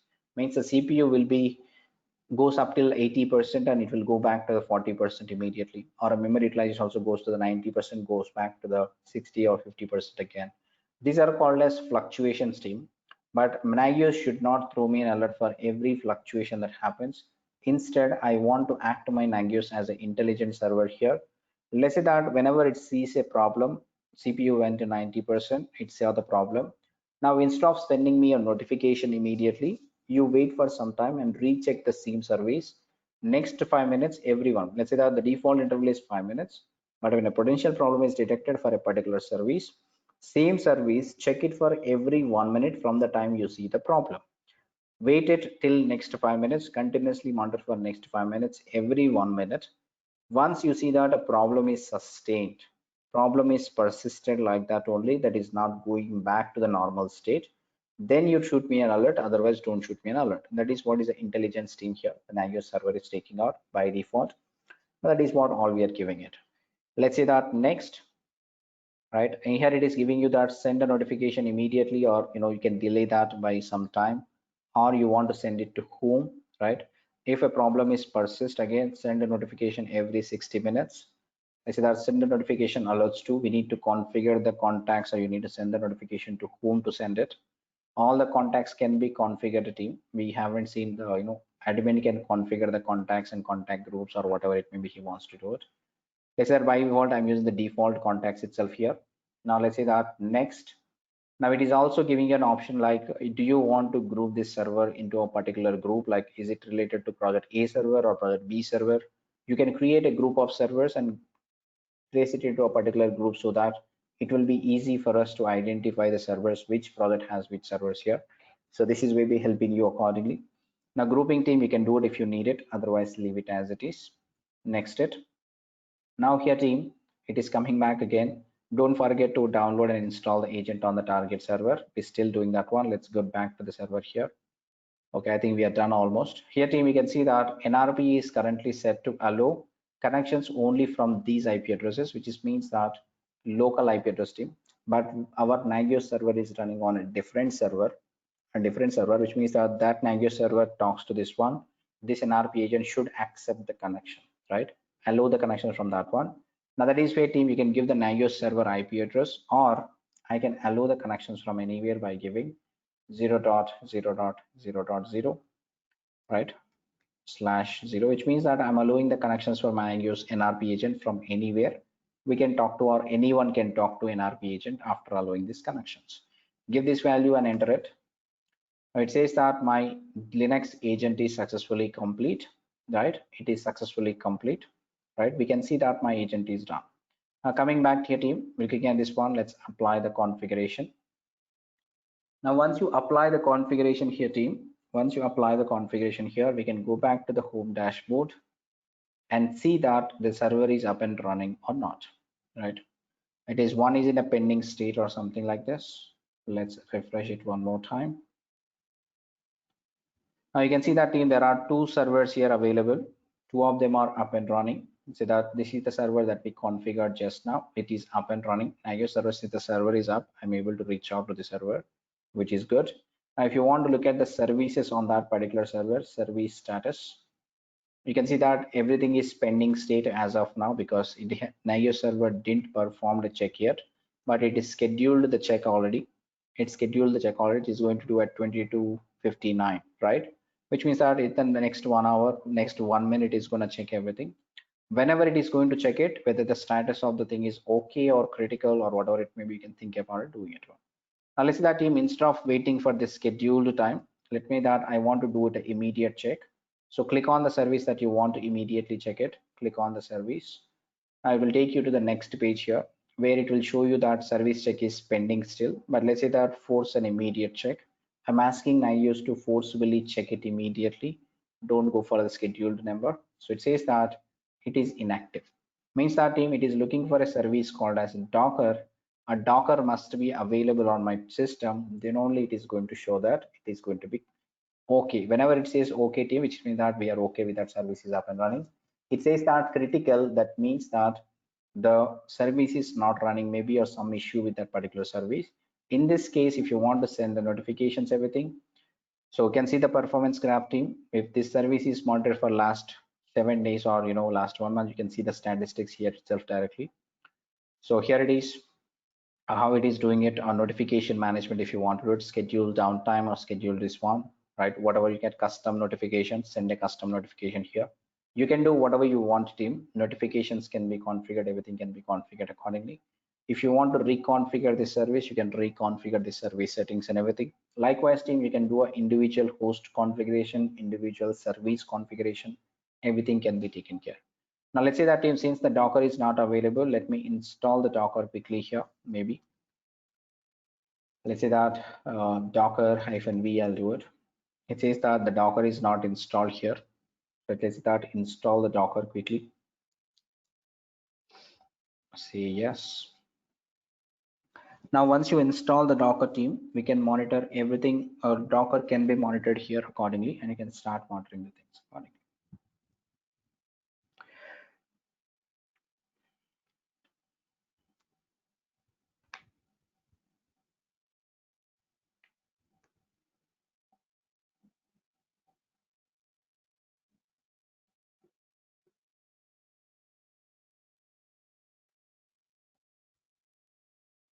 Let's say that, team, this is installed right now. Let's say that Docker PS. Okay, say that my Docker service is running. Service Docker status, right? You can see that Docker service is up and running right now. Now let's go ahead here and check it immediately, or it is scheduled next check it as 23:02, right? It is going to check it anyway, but let me do a force immediate check, right? Now, if you do this one, it is going to say active, which means that my Docker service is listening right now, or it is available for me accordingly, right? That is how you can simply configure the things, team. That is how you can configure the things. Now, let's say that if I want to monitor my application, team, which is running somewhere else again, now we could configure the application URL monitoring also, team, simply. Let's say that I'm going to deploy a container here, which is going to run my application. Let's say that Docker run -d and then -p, right? Let's say that learn DevOps, the image that we built, team, yesterday. Let's say that this is sample app, right? Let's say that whatever the version you want to build it, let's say that 9. I hope this is going to download. Learn DevOps sample app. It says that the image may not be available, team. That's what it is doing it. Let me that 7 maybe, right? Oh, sample app, it is not available or what? Okay, spelling wrong team. I'm sorry here. DevOps, right? DevOps. Okay, great. Now it is able to download. The spelling wrong team, I have given a wrong spelling basically.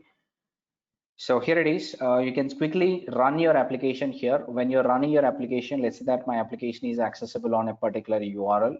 Then we can monitor that particular URL also and then do the things according to your requirement, right?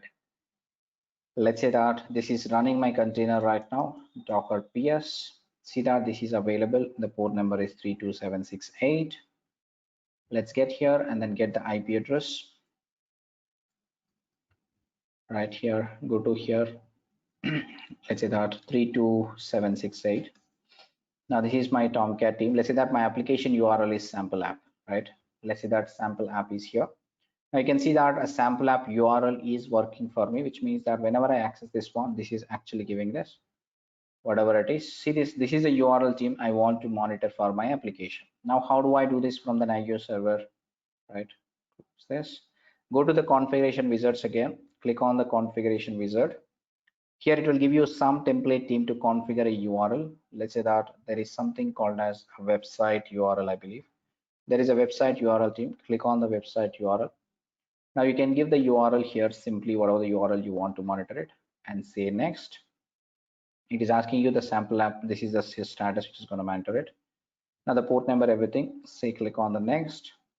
And I'm doing the same drill team again. So let's say finish it out. Now, once you say finish team, it is going to quickly check your URL status completely, right? Once the URL is up and running, or it is going to check that it is available. Whenever the URL is not responding, the Nagios can shoot an alert for you accordingly, right? So there is one service in pending state here. Click on this. See that the sample app URL still in a pending status. So click at this one and then force an immediate check. I know that it is scheduled, but let's do an immediate check here. As you can see that team, this is responding it, my URL is available. That is what it is telling you. But what if I bring down my container, right? So bringing down the container means that the application may be down. Sometimes only the application URL may be not working, the container will be working accordingly. Let's say that Docker stop and the container ID, I'll do it. So whenever I stop this one team, which means my application will not be available, now you should respond to this accordingly, right? Whether it is going to throw something called or not. URL should be getting a 404 or some other error. We'll see it. Let's say this one team again. I'm just going to do a force and immediate check again, right? So this time again says that cannot connect to this so on so, because it is went down again, right? It simply went down, so it is not available for you. Now this is how team you can configure the URL monitoring also. Like Nagios server will help you to configure system level monitoring, service or process level monitoring. Then also we see that application URL monitoring. So every monitoring can be configured from this one team. Every monitoring can be configured from the Nagios XI directly. You don't need to worry about a lot of things here about how do I configure monitoring everything. Just follow the templates, give the necessary details, and configure monitoring, configure the notification, and then ensure that it is being set out for the entire project accordingly. Now this is the purpose team. I hope you got some idea here right now. Of course, we'll not be able to see the notification team here because notification is disabled in this XI version. We are just interested on how do I configure the monitoring. The notification part can be taken care by configuring the email servers and contact groups and everything. We could configure everything again to this one accordingly. Let's say that whatever the things you want to do, you can simply do this one according to requirement. There are many options team here. We can do everything whatever you want it from the dashboard accordingly, right? Now this is how team you can understand about the monitoring. You can understand about the monitoring here. This is where I'm stopping also here with the monitoring. We wanted to discuss logging. We completed it. We tried to understand what exactly is logging tool, what exactly is monitoring tool, and how does it help us monitoring such components of your infrastructure. Anything, any component within your infrastructure can be monitored with your Nagios server. Now this is all the idea team that we have it. Just for a quick recap right now. From the start team, we started with Git, Jenkins, Maven, everything. We build a war file, right? We try to understand the configuration management using which I can set up my infrastructure. Then we try to understand about containerizing our application, containerized our application with Docker. Once containerized your application, it is easy to run us, but we need a container orchestration solution to manage n number of containers across n number of servers. So we try to understand about container orchestration using a Kubernetes. Once that is done, we try to understand, let's assume that our application is deployed in the production. Now we are in the mode of maintenance, ensuring that your client experience is always great. So we are in continuously monitoring our, gathering the logs for infrastructure to ensure the logs are clean always. The end user is good. In case of some issues, the logs will help me identify the root cause. According to those, along with that, it is also gives you a lot of information who are all accessing my website, how many users are connecting, how many items are sold. Based on the business type that you do it, it can give you necessary information accordingly, right? That is the logging tools, we get it. And then once after that one, we also discussed about monitoring again to ensure our infrastructure is up and running. Now, these are all the tools team that we discussed. This is comprises of your entire DevOps concept. How do I ensure or how do I understand about end-to-end life cycle of my project using various connections or whatever it may be, you understand the things accordingly, right? Now, this is all about the team. This is all about your monitoring tool also. That this is all we discussed. I hope you all understood now what exactly is logging, what exactly is monitoring and everything. Now, this is where team, I will stop here with this. One last goal for us. I think one last goal that we need to look into it still is that we need to look at a CI/CD pipeline right now. I mean, this is going to be quickly. I'm going to demonstrate team. There is a guide available. You can follow that. But this is just I'm going to demonstrate quickly. Next means let's understand first of all what exactly we are trying to do it as a CI/CD deployment, right? Now we did already build a CI pipeline which was called as a continuous integration pipeline, right? Where we do not need to worry about much, but we'll try to understand this way team. I'll make it very quickly for you and maybe a little simpler to understand it. How does the CI/CD works? Now team, we understood that there is a source code management tool always available. Now within the source code management tool, you always have the source code, right? Let's say that source code is always available within the source code management tool, such as GitHub in our case, the centralized repository or a remote repository, we call it. This is where you understood that the source code will be kept by the developer. Once the development is complete, we use a build process. A build process is used where using your Jenkins or Maven, whatever you do it, using Jenkins or Maven, right? Jenkins or Maven are used together to comprise or you to build your CI process. Let's say that team in the CI process, we understood about various steps such as compilation, code review, right? Unit testing and the code coverage, then finally package it, right? The package is a job team, means the outcome of your, the CI pipeline was to package the source code into an executable file, right? Package the source code into an executable file such as a war file. In our case, a sample app war file was deployed or generated for us. That is what we saw it. Now once this is done team, as part of this one, but we are trying to extend or we need to deploy this into the various environments right now, right?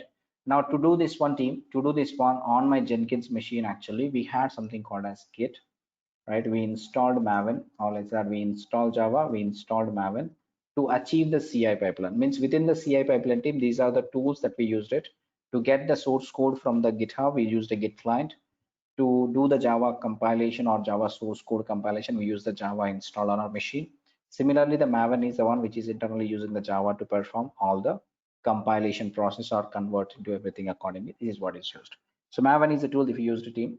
Now, in order to implement the CD pipeline, right? In order to implement the CD pipeline, because we're trying to think about containerizing our application, not directly deploy into the various environments. Now, let's say that team, we want to build this CD pipeline using a Docker and maybe the Kubernetes as a container orchestrator and use the Ansible to for deployment purpose. Again, we can use these tools accordingly, right? Now that is where team try to understand, because we want to build a Docker image. Once after the war file is ready, we want to containerize our application, nothing but the war file plus all of its dependencies need to be built here. Now that is where, let's say that I want to build a Docker image here itself within the Jenkins, or Jenkins should be able to build a Docker image. And once the Docker image is built, we must publish that into some kind of a centralized repository, such as Docker Hub. Here in our case, we can take it again. Means I'm going to take a Docker Hub as a reference here. Now, once the image is built in, Jenkins should upload this Docker image into the Docker Hub. This is what all need to be done. Once the image is available in the Docker Hub, let's say that I want to start the deployment, right? So here team, we need to integrate Docker with Jenkins. That is the first part we need to do. So I'm going to install a Docker on my Jenkins machine, or we must install the Docker on my Jenkins machine so that that will be available, or Jenkins can use the Docker to build a Docker image, right? Let's say that Git Maven Java is installed yesterday in the Jenkins session, but today we're going to install Docker on my Jenkins server itself. Similarly, Ansible is also, I'm going to send it on the same server team. Ansible is also, I'm going to deploy it on the same server here, which means that my Jenkins server can act as an Ansible controller also to talk to the target systems, right? To deploy application into the target system, we can install Docker and Ansible on my Jenkins server itself. That Jenkins can trigger a Docker commands to build a Docker image. Similarly, Jenkins can trigger my Ansible playbooks to run the Ansible instruction, or Ansible can deploy the things on the target system accordingly, right? Now this is where team, consider that I want to have my environment also ready. Consider that if I want to build or deploy these things now, let's say that there are two environments. For example, I'm taking it. There will be something called these are the two environments. Let's say that there are two environments such as QA and prod maybe. Now let's say that this is my QA environment, right? And this is my production environment. Now within the production environment team, or a QA environment, try to understand. Within the QA environment, means this environment always comprises of multiple servers. Or let's say that we are trying to deploy our containers, right? Now, in order to deploy the containers team into multiple servers, we must build a container orchestration solution such as Kubernetes, right? Now this one team, within this one, let's say that I want to, I want to create a cluster called as Kubernetes cluster maybe. Kubernetes cluster comprises of your master node as well as worker nodes, right? Maybe n number of worker nodes, one master and worker nodes here. Similarly, the different cluster for my production environment also. Which this a production environment and these environments are altogether different. There are two different clusters or two different Kubernetes clusters we're going to create it. Let's say that this is going to be my master node, right? And this will be my worker node one, right? Let's say that worker node one, I'll call it, and you can call this as worker node two, right? So this is how you can call it. Now this is the worker node one here, and this is a worker node two, like this. Like we built a team yesterday, we worked on Kubernetes cluster. Now you understood these things all right. Now whenever I want to deploy my application team, I can connect to my master, and master can delegate the work onto the worker nodes, correct? That is what it is going to do team. Means we don't need to log into each and every worker node in my production. If I have 100 servers also, I can simply connect to my master nodes and I can simply deploy it. Means that team here, we're going to create another package right now. We're going to create another package, which is going to be, let's say that once after we done this one, within the package job itself team, within the package job itself, we can create a Docker image and upload it, deploy QA, call it. Now let's say that there is seventh job which do it, which is going to be deploy.prod. So with the package job team, we were able to do the war file, but we will extend the package job itself to create a Docker image as well. That is what is the idea, right? Now, once you have this one team, we're going to create a few more jobs here. This will comprise of this one. Now with the deploy QA team, whenever I say deploy the QA, this will have to connect to my QA master node. Let's say that this is going to connect to my QA master like this and starts deploying into my QA environment, right? Now we must write an Ansible playbook team which deploys the necessary image and everything accordingly. Similarly, when I run this production server or production job, this would connect to my production and then start deploy something into the production thing, right? Now this is the idea team. This is the idea basically that you need to have it. So how do I configure all these jobs which is going to perform my necessary deployment once an image is once the var file is available, containerize it, push it to the Docker Hub, and use the deployment called as Ansible here. To Ansible, you write a playbook again. A playbook will be deployed, or playbook will be used to deploy the containers onto the target system accordingly. Now just for this whole purpose team, this whole purpose, I already have this environment ready. I'm just going to show you the things accordingly, right? Let me see this one quickly, where I'll show you the servers team first of all. Within my AWS, you can see that I have a Jenkins server, right? This is where we'll be building the CI/CD pipeline.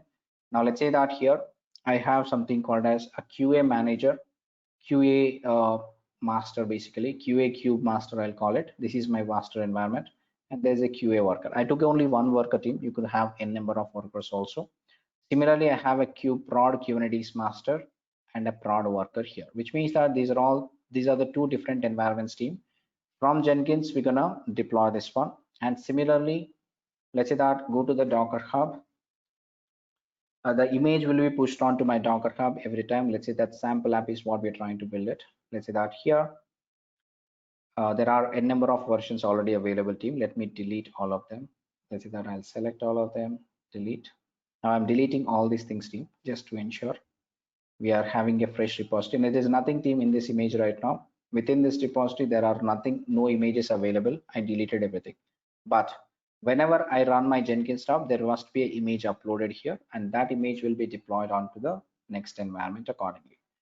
So let's look into this one quickly here. Let me log into my Jenkins first of all. So this is my Jenkins server team. Let me log out here first of all.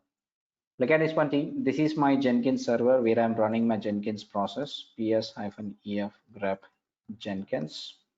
That my Jenkins is successfully running here. Now there is a two server stream. Look at this. This is my QA environment, kubectl get nodes. Consider that the blue color seen, you can see that this is my QA environment. Yellow color is my Jenkins server, and then QA is the blue color here. You can see it. This is my team. Master is ready, and my worker node is also ready. This is my worker node here. Now similarly, this production server team, kubectl get nodes here. Now this is also different environment together. These are all the different servers. My master node is ready within the Kubernetes master, and there is a worker node is also ready for me. You know the drill team. How do you create all these environments? You can use the instruction which is provided by to you. I'm just showing that everything is up and running for me. Now I also, or let me log into my Jenkins console right now, and we'll see the things accordingly. Let me go here and grab my Jenkins IP address.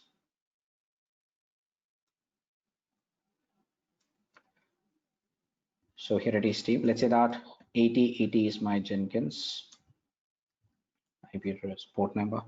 Let me log into the Jenkins team. So here it is, a Jenkins team. I already built the jobs, which is I told it right now. Let's say that a package job is where I'm building a Docker image also. And let's say that deploy QA and deploy prod. So before that one team, let me show you if there is anything running in my QA environment, right? So here it is. Let me see that kubectl, because we deployed the controllers team here, kubectl get deployment, I'll call it. Now I say that there is nothing available here as of now. I'm not going to deploy it manually, but we're going to deploy everything through the Jenkins, right? You can see that there is no application deployment that is running here, nothing but no images are running accordingly. Now let's say that team, this is the process I have it, right? Let me show you that there is no image available right now, but I'm going to trigger this pipeline right now. We're going to trigger this pipeline, and we'll see that everything going to be working or not accordingly. Let's say that run team, I'm running from the compile. We can automate this also by using your poll SCM thing. That is also can be done, but right now I'm triggering manually to show you that entire things are happening accordingly for you. Let's see that refresh this one. It is running code review right now. The code review is completed. Means if it is a red color team, you can see that if it is a failure, we'll see the red color basically. As long as we don't see the red color, that means that it is going successful. Unit test is completed. I mean, we can shoot appropriate emails team whenever something is done successfully, whenever something goes failed. We can use the Jenkins email configurations also to be showing accordingly, right? So here it is. And the package job. Now this is the job team where I'm telling that it is building a WAR file. It is also creating a Docker image. Once this job is successful, I must see an image here. Let's say that team job is successful here. Let me refresh my Docker Hub. I must see something here. You can see that there is a version team which is 21 version. I say that it is pushed a few seconds ago, right? You can see that it is successfully pushed some of the Docker image to my Docker Hub. Now it is trying to deploy into the QA environment. Deploy QA is also successful for me, means the deployment is completed within the QA environment right now. I'll show you that. Deploy prod is doing it right here, team. Now let's say that deploy prod is also successful, right? Here, team, let me get to the environments here, right? Here, team, earlier when I ran the kubectl get deployment, there was nothing, but let me run it again. I'll add a parameter called as -o white also. See that now there is an application running with the two replicas for me. Two containers are running for my application deployment. The same thing will be available here also in the production. See that this is also planned. You can see that, team, the image is called as Learn DevOps Sample App 21. That is the same image that we built it and uploaded to the Docker Hub. See that Learn DevOps Sample App, the version is 21. This is the image we built it through the Jenkins. We uploaded to the Docker Hub and we deployed into various environments of mine, right? Once you see that, you can even access the application. I believe kubectl get svc. There must be a service also created. My app svc node port is exposed. You can use this application port number to access your application also.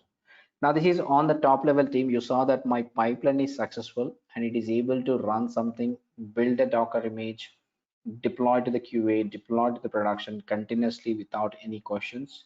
Now, how did we build this one, team? Let me show you quickly these things, whatever it may be. Let's go to the package job team right now. I'll show you the log file first of all, which is 21 build number. Right here it is console output. Now within the console output, team, you can see that it is actually doing a war file build, right?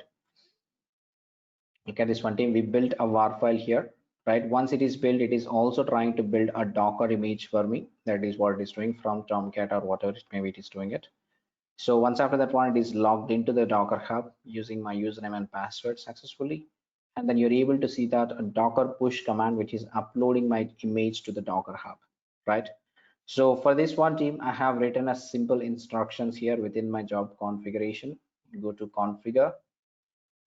Within this one, team, I have set clone repository and then, Docker Hub password variable I created here just to hide my password using a manage credential option within your Jenkins. Now there is a series of instructions which I have written here to Docker build everything successfully. Now it is using a Docker file, team, but where exactly this Docker file is available for you? I think this is available within the repository that we shared with you, right? Let's say that github.com, let's say that lead DevOps and sample Java app. And this is where, team, you see the Docker file is available within the source code repository that we shared with you. All of these things are available here. The repository is available. So it is using the Docker file from this repository itself accordingly, right? Now this is where, team, this is where we're doing it. We are cloning the repository that will come to my Docker Jenkins host. Use a Docker thing and we are trying to use the Docker login and Docker push to build it to the target server. And this build number is nothing but my version number, team. Means whenever I build a new version, it is going to generate me a new version of the image accordingly. Now, once this is done, we are also triggering the job 6 deploy QA, right? Now, this is where, team, you can simply understand about within the job 6, basically, we are utilizing the Ansible. We are utilizing the Ansible that is installed on my Jenkins server. Let me show you. First of all, let me show you the output, team. Here it is. Within this one, if you look at the console output, it is running some playbook, team, here. Look at that, it is cloned the repository, but it is also running a playbook called as Ansible playbook using the temp inv environment and deploy cube.yml. This is the playbook that it is running it by using some environment variables here. This is what it is doing it. Now, where exactly this YAML file is available again, team, you can look for the same repository again. Everything is given to you accordingly. Within this one, you have this deploy cube.yml, within which you have all the code through which I'm trying to deploy my application into the production environment or QA environment accordingly. So everything is available within the repository that we shared with your team, the source code repository, right? There is a lab repository separate and source code repository separate. Keep this with you guys. So this will help you accordingly, right? Now this is where it is trying to do it. It is trying to connect to the QA master node and it's trying to remove any previous applications and it's trying to deploy my application, increase the number of replicas, deploy the service to be accessible, and that's it. Once this is done, it is also triggering my production accordingly. So this is going to do it, right? Now this is how, team, you can understand about it. But if you look at the configuration part here, this is very simple. So we are just getting the source code from this one so that I can get the playbook from that source code management itself. Now, once that is done here, you can see that I'm just doing this one, deploy, and then this is what it is doing team. Now, just to understand this one team, this is because I have my Docker and Ansible on my Jenkins server itself. Let's say that Docker-v. You can see that Docker is installed here as well as Ansible is installed on my Jenkins server, right? So this is where I'm doing it. Now let's say that inventory file is also available here, more temp inv file. Now this is my target server IP addresses, QA master and the production master. This is how I just built everything pre-ready team. So just a demo here. So this entire guide team, the step-by-step instruction is available for you again. I'm telling you, this is a step-by-step instruction available for you within the repository that we shared with you guys. So go to this particular thing. There is a CI/CD flow. Now within this particular folder, you will find the entire instruction, a step-by-step instruction to view everything properly. So this is where you can use this documentation team to build that on your own. If you have any confusions or questions for us, so please come back to us and then we will always there to help you. You can reach out to us in the LinkedIn community. You can paste anything there. We'll try to help you as much as we can.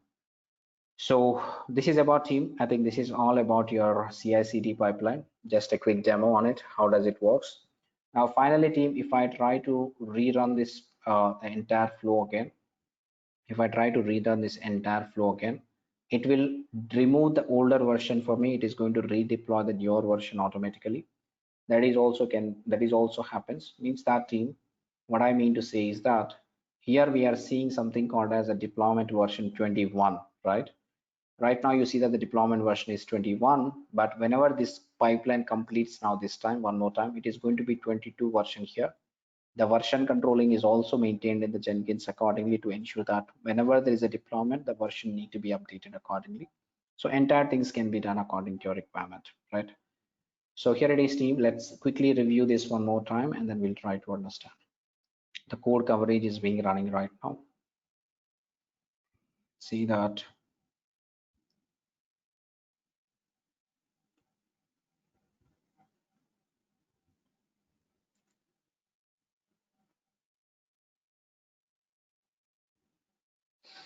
this is done means that team there's a 20-second job which is going to be build a new image for me and upload it to the Docker Hub.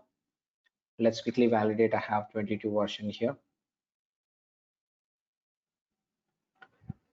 Yes, I have 22 here. Now it is just pushed a few seconds ago again, right? A few seconds ago it is uploaded to the Docker Hub.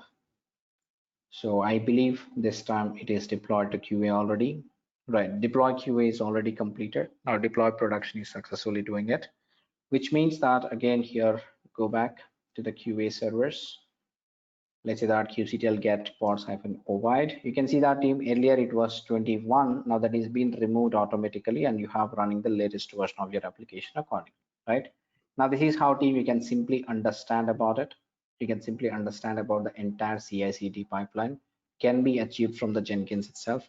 You do not need to go to your environments for deployment or you can do everything whatever you want it accordingly, right? Now this is the holistic flow team. This is the whole flow that you need to understand. If you have any questions or anything team here right now, I'm open for questions. This is all what we wanted to cover within this course. Hope you enjoyed the course team. Hope you enjoyed the course. If you have any questions here, please do let me know. And that's all for today. Thank you so much for listening to me and good luck with your things accordingly. So it's open for questions team. Please do let me know if you have any questions. We can discuss the things.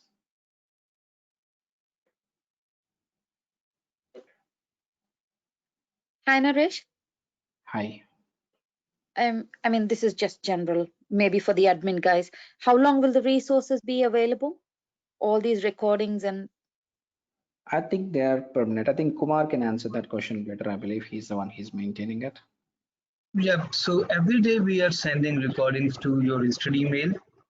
Yeah, we've got that. And yeah, and all the commands and everything is available on the Git repository. Yeah. And credentials for your exams will be, your e-profile will get activated within 24 hours. So within 24 hours, you will all get the credentials to access the exam. And Sure. once you get the access, once you get the credential for the exam, after that, the exam will be valid for 60 days. So at any point of time within 60 days, you can appear for the exam. Sure. And throughout this 60 days, we have all these resources.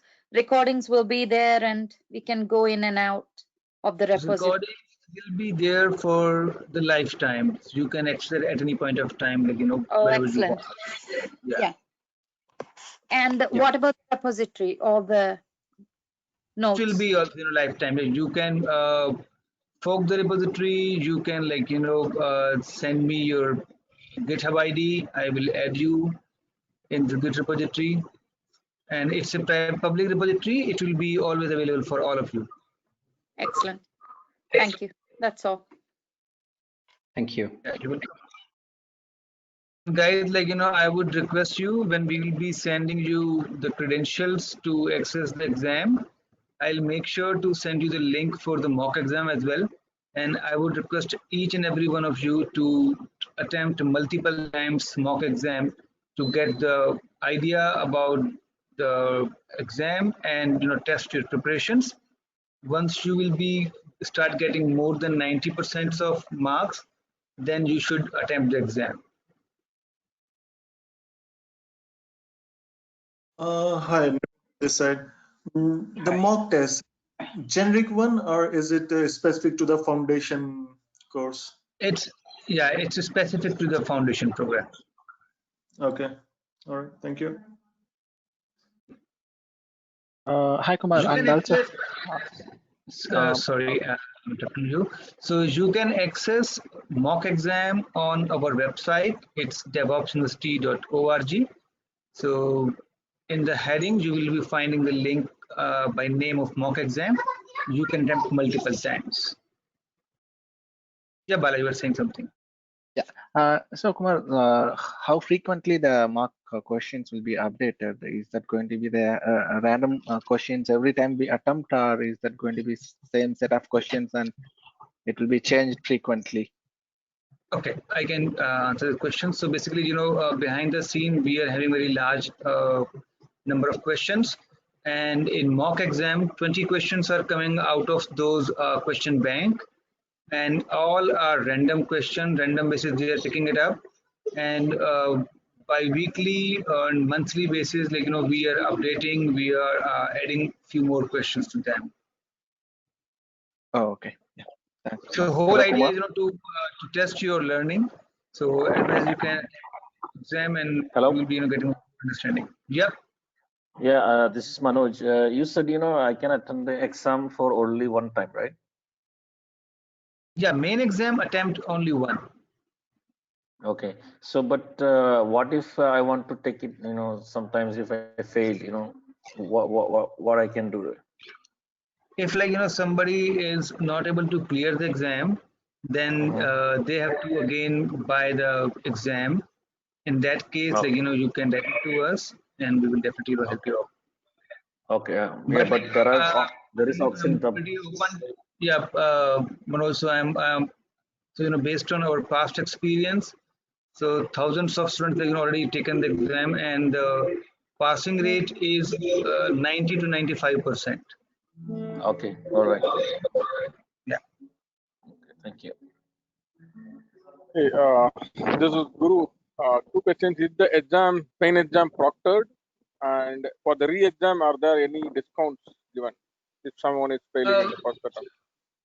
Okay, so this is the online exam. You can take this exam at any place with good internet speed, and it's not a proctored exam. It's open book exam. You can take the help of your notes or with the video that you have gone through. So it's open book, and if you go for the reattempt, I'm pretty sure, like, if you follow the videos and attempt multiple time mock exam, I am pretty sure, like, you will be easily able to crack the exam. But unfortunately, like, if anybody is not able to clear the exam, they can write us to contact us at DevOpsUniversity.org. We will definitely help it out with our best of the support. Okay, Kumar, I have just one more question. This is Manoj. Hello. Hello. I can hear you. Yeah, Manoj, am I audible? Yeah. So do you have any courses like on specific topic like Kubernetes or Docker or Jenkins? The tools. Do you have a detailed course where I can do Right. more? More like practical things. Okay. Yeah, I was about to come on this point. So as you asked, so I'm answering. So we are basically having monthly basis program on Certified DevOps Foundation that usually starts from the last week of every month. And in September month, we are coming up with the DevOps professional program. It's more detailed oriented program that will be more over 40 plus hours program where we will be covering some other tools also and existing DevOps tools in more depth or more in detail, as well as Okay. the Docker Kubernetes program is also we had last month. So the soon we'll be launching the program. I'll make sure I'll be sending the email to all of you to get updated about our upcoming programs. And the price for that professional one Okay, gonna be thank you. more or less same like this one, or gonna be different, costlier?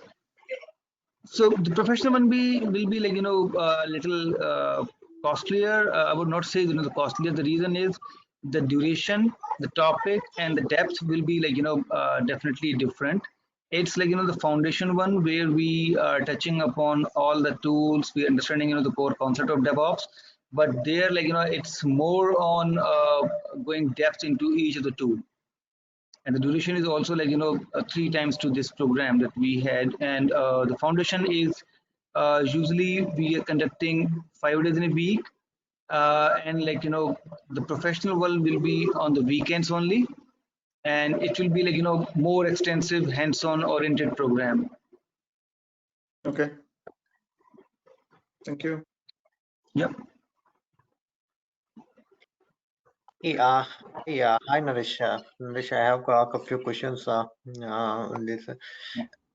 Yeah, with the first one that I have, right, the transaction level monitoring, right? So we had a monitoring. Suppose if I want to monitor the add to cart transaction or view cart transaction or the particular action, like if there is any issues on the terms of performance, like is that because we saw that I mean, like on the high level the URL has been provided and we can, but if you want to go inside the details, does this agent will be helping us, or it will be like it will not be providing that level of in-depth Okay, so this Nagios agent is not that in-depth level. It is best suited for your infrastructure monitoring, we call it, like server level and then your service level monitorings mostly. But if you're looking for application level where it's transaction time, response times, this tool not may be a good support for that, but there are many other tools such as I think App Dynamics or Dynatrace or CA/APM are the best tools for monitoring your transaction level times, where exactly it is happening, all those things. But the Nagios as a tool, it may not help you with this transaction times better way. Maybe it can do, but it's not the best way that I can say it. So you have to choose another tool for that, especially on the application level monitoring. This tool is morely concentrated on the infrastructure monitoring, whereas at server level as well as your service level monitorings that can be taken care mostly. Okay. Is that clear?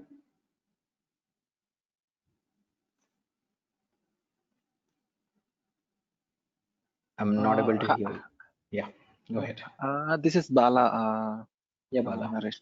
So it is more of a question, not specific to this topic, but I saw one other certification called DevOps for QA, right? That is this. So just want to understand whether there are any other courses running up, or how different is that from the foundation one, and what we can learn there in case if I enroll. Is it DevOps for QA or it's a certified Yeah, DevOps course? certified DevOps Yeah. for So, quality. Quality Yeah. engineer. Yeah. Naresh. So basically, the DevOps Foundation program, as I said when we started the program, it's designed keeping in mind for all the people. They are coming from different backgrounds. So anybody wants to start their career or wants to get the understanding about what is DevOps, how it's being used in industry. The foundation program covers or designed for almost all the people or all the people that are working in different profiles. But as I said, along with it, we are having specialized program for different types of job roles. People and the quality engineers are the most important part of DevOps cycle, because as Naresh explained us, the DevOps is means faster delivery. So faster delivery is only will be adding the value when it will be having the great quality. Without having the quality role in the DevOps, we will not be achieving our uh, target. So in this DevOps and quality engineer program is more focused on continuous testing part, where we will be seeing how to create the test strategies, what all testing tools are there, how those tools can be integrated with the Jenkins, how each and every step we can test and make sure whatever we are building, its quality is intact. So it's more over from the quality engineer perspective. Okay. So I searched for courses around that, but I couldn't find any workshops or something happening on that area. So is there any Right. upcoming? Yeah, sure. So Bala, basically, we as DevOps University majorly into certifications and the consulting, and we are conducting trainings with our some of the affiliated partners. So very soon we are we almost finalize our topics and everything that we have to go for this training, and probably sometime in August last week we will be launching the quality engineer program, and I'll keep you posted about this. Yep. Sure, Kumar. Thanks for that. Yeah, thank you, Bala.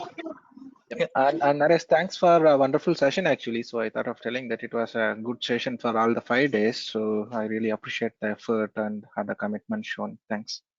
Thank you so much. Thank you. I hope you really enjoyed it. Thank you for that. Sorry, Naresh.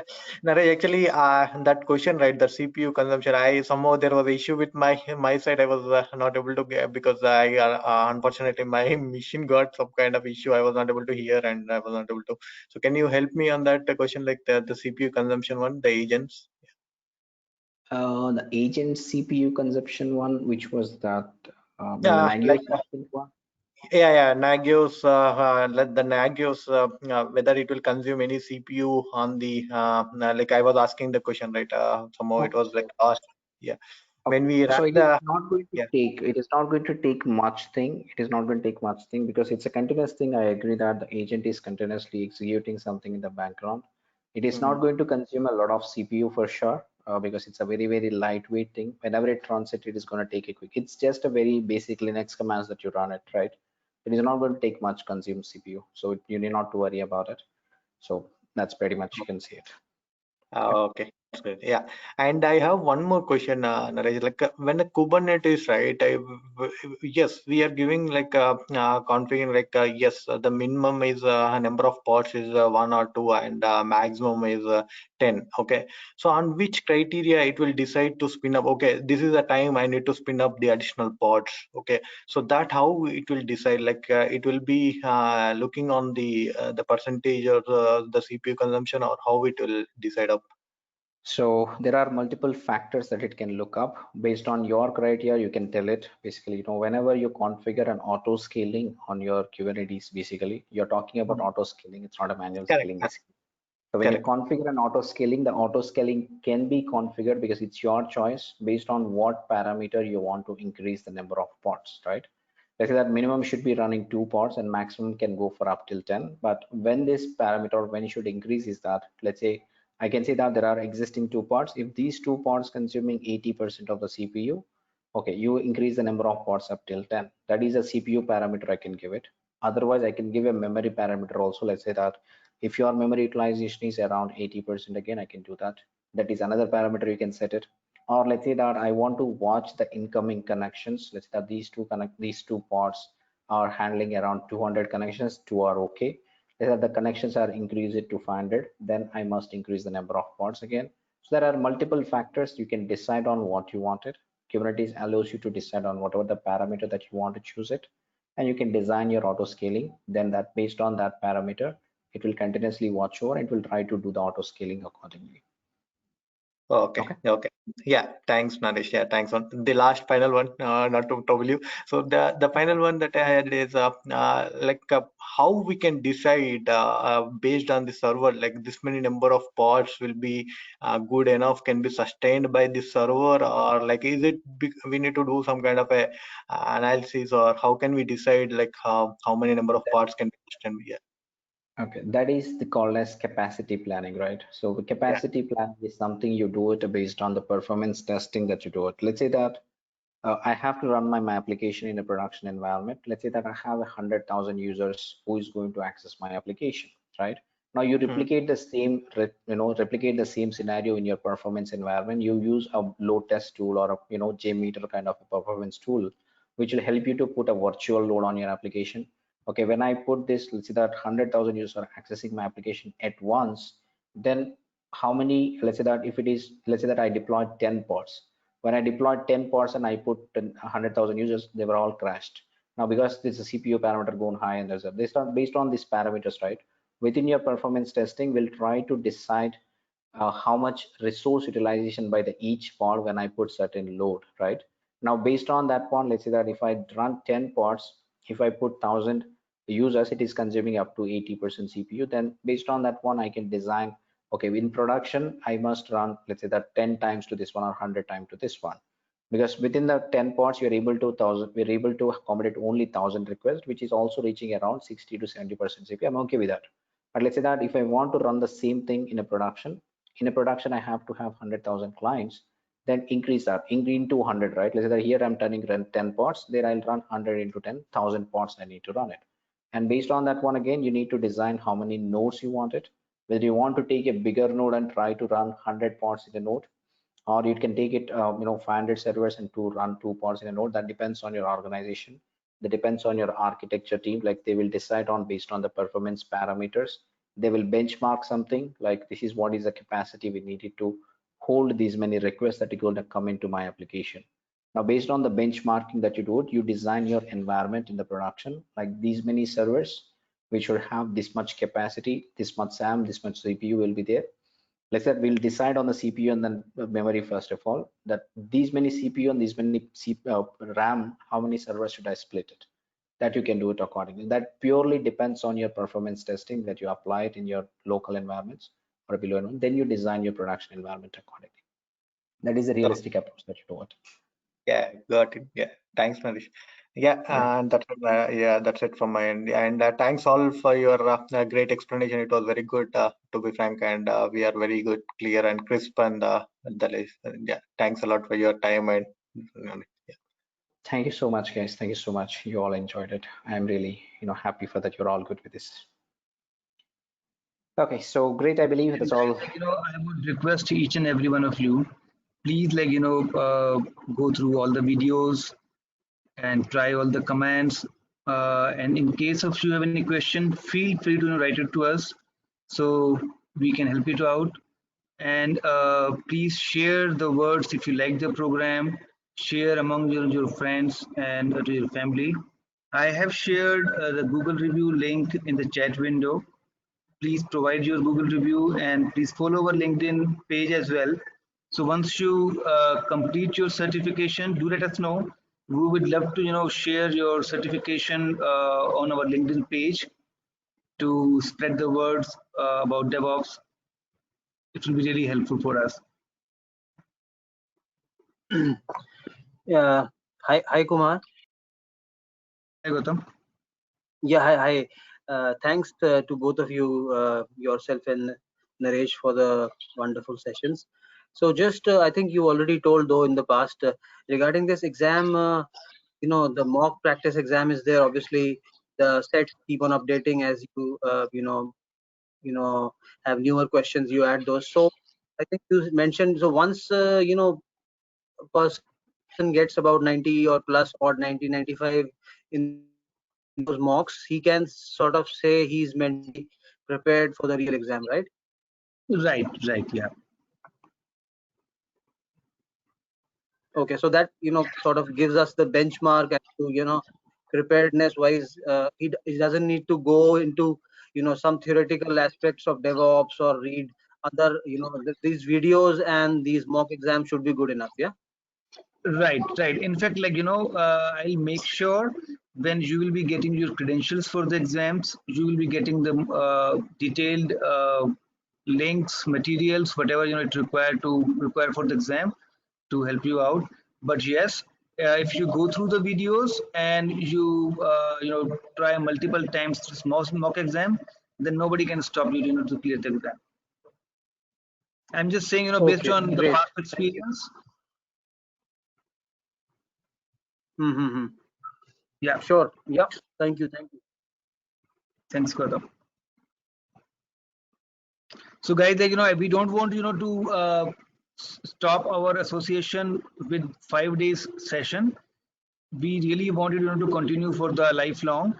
So keep learning, keep asking the questions, stay in touch. If you have any feedback for us related to the improvement of the program or anything that you want to add, update, or anything that you have for us, please feel free to share with us.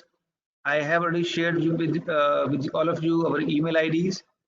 So drop us, join LinkedIn group, help each other, and help us to spread the DevOps word around the world. We are community-driven organization, and we feel very proud when somebody learns something from us.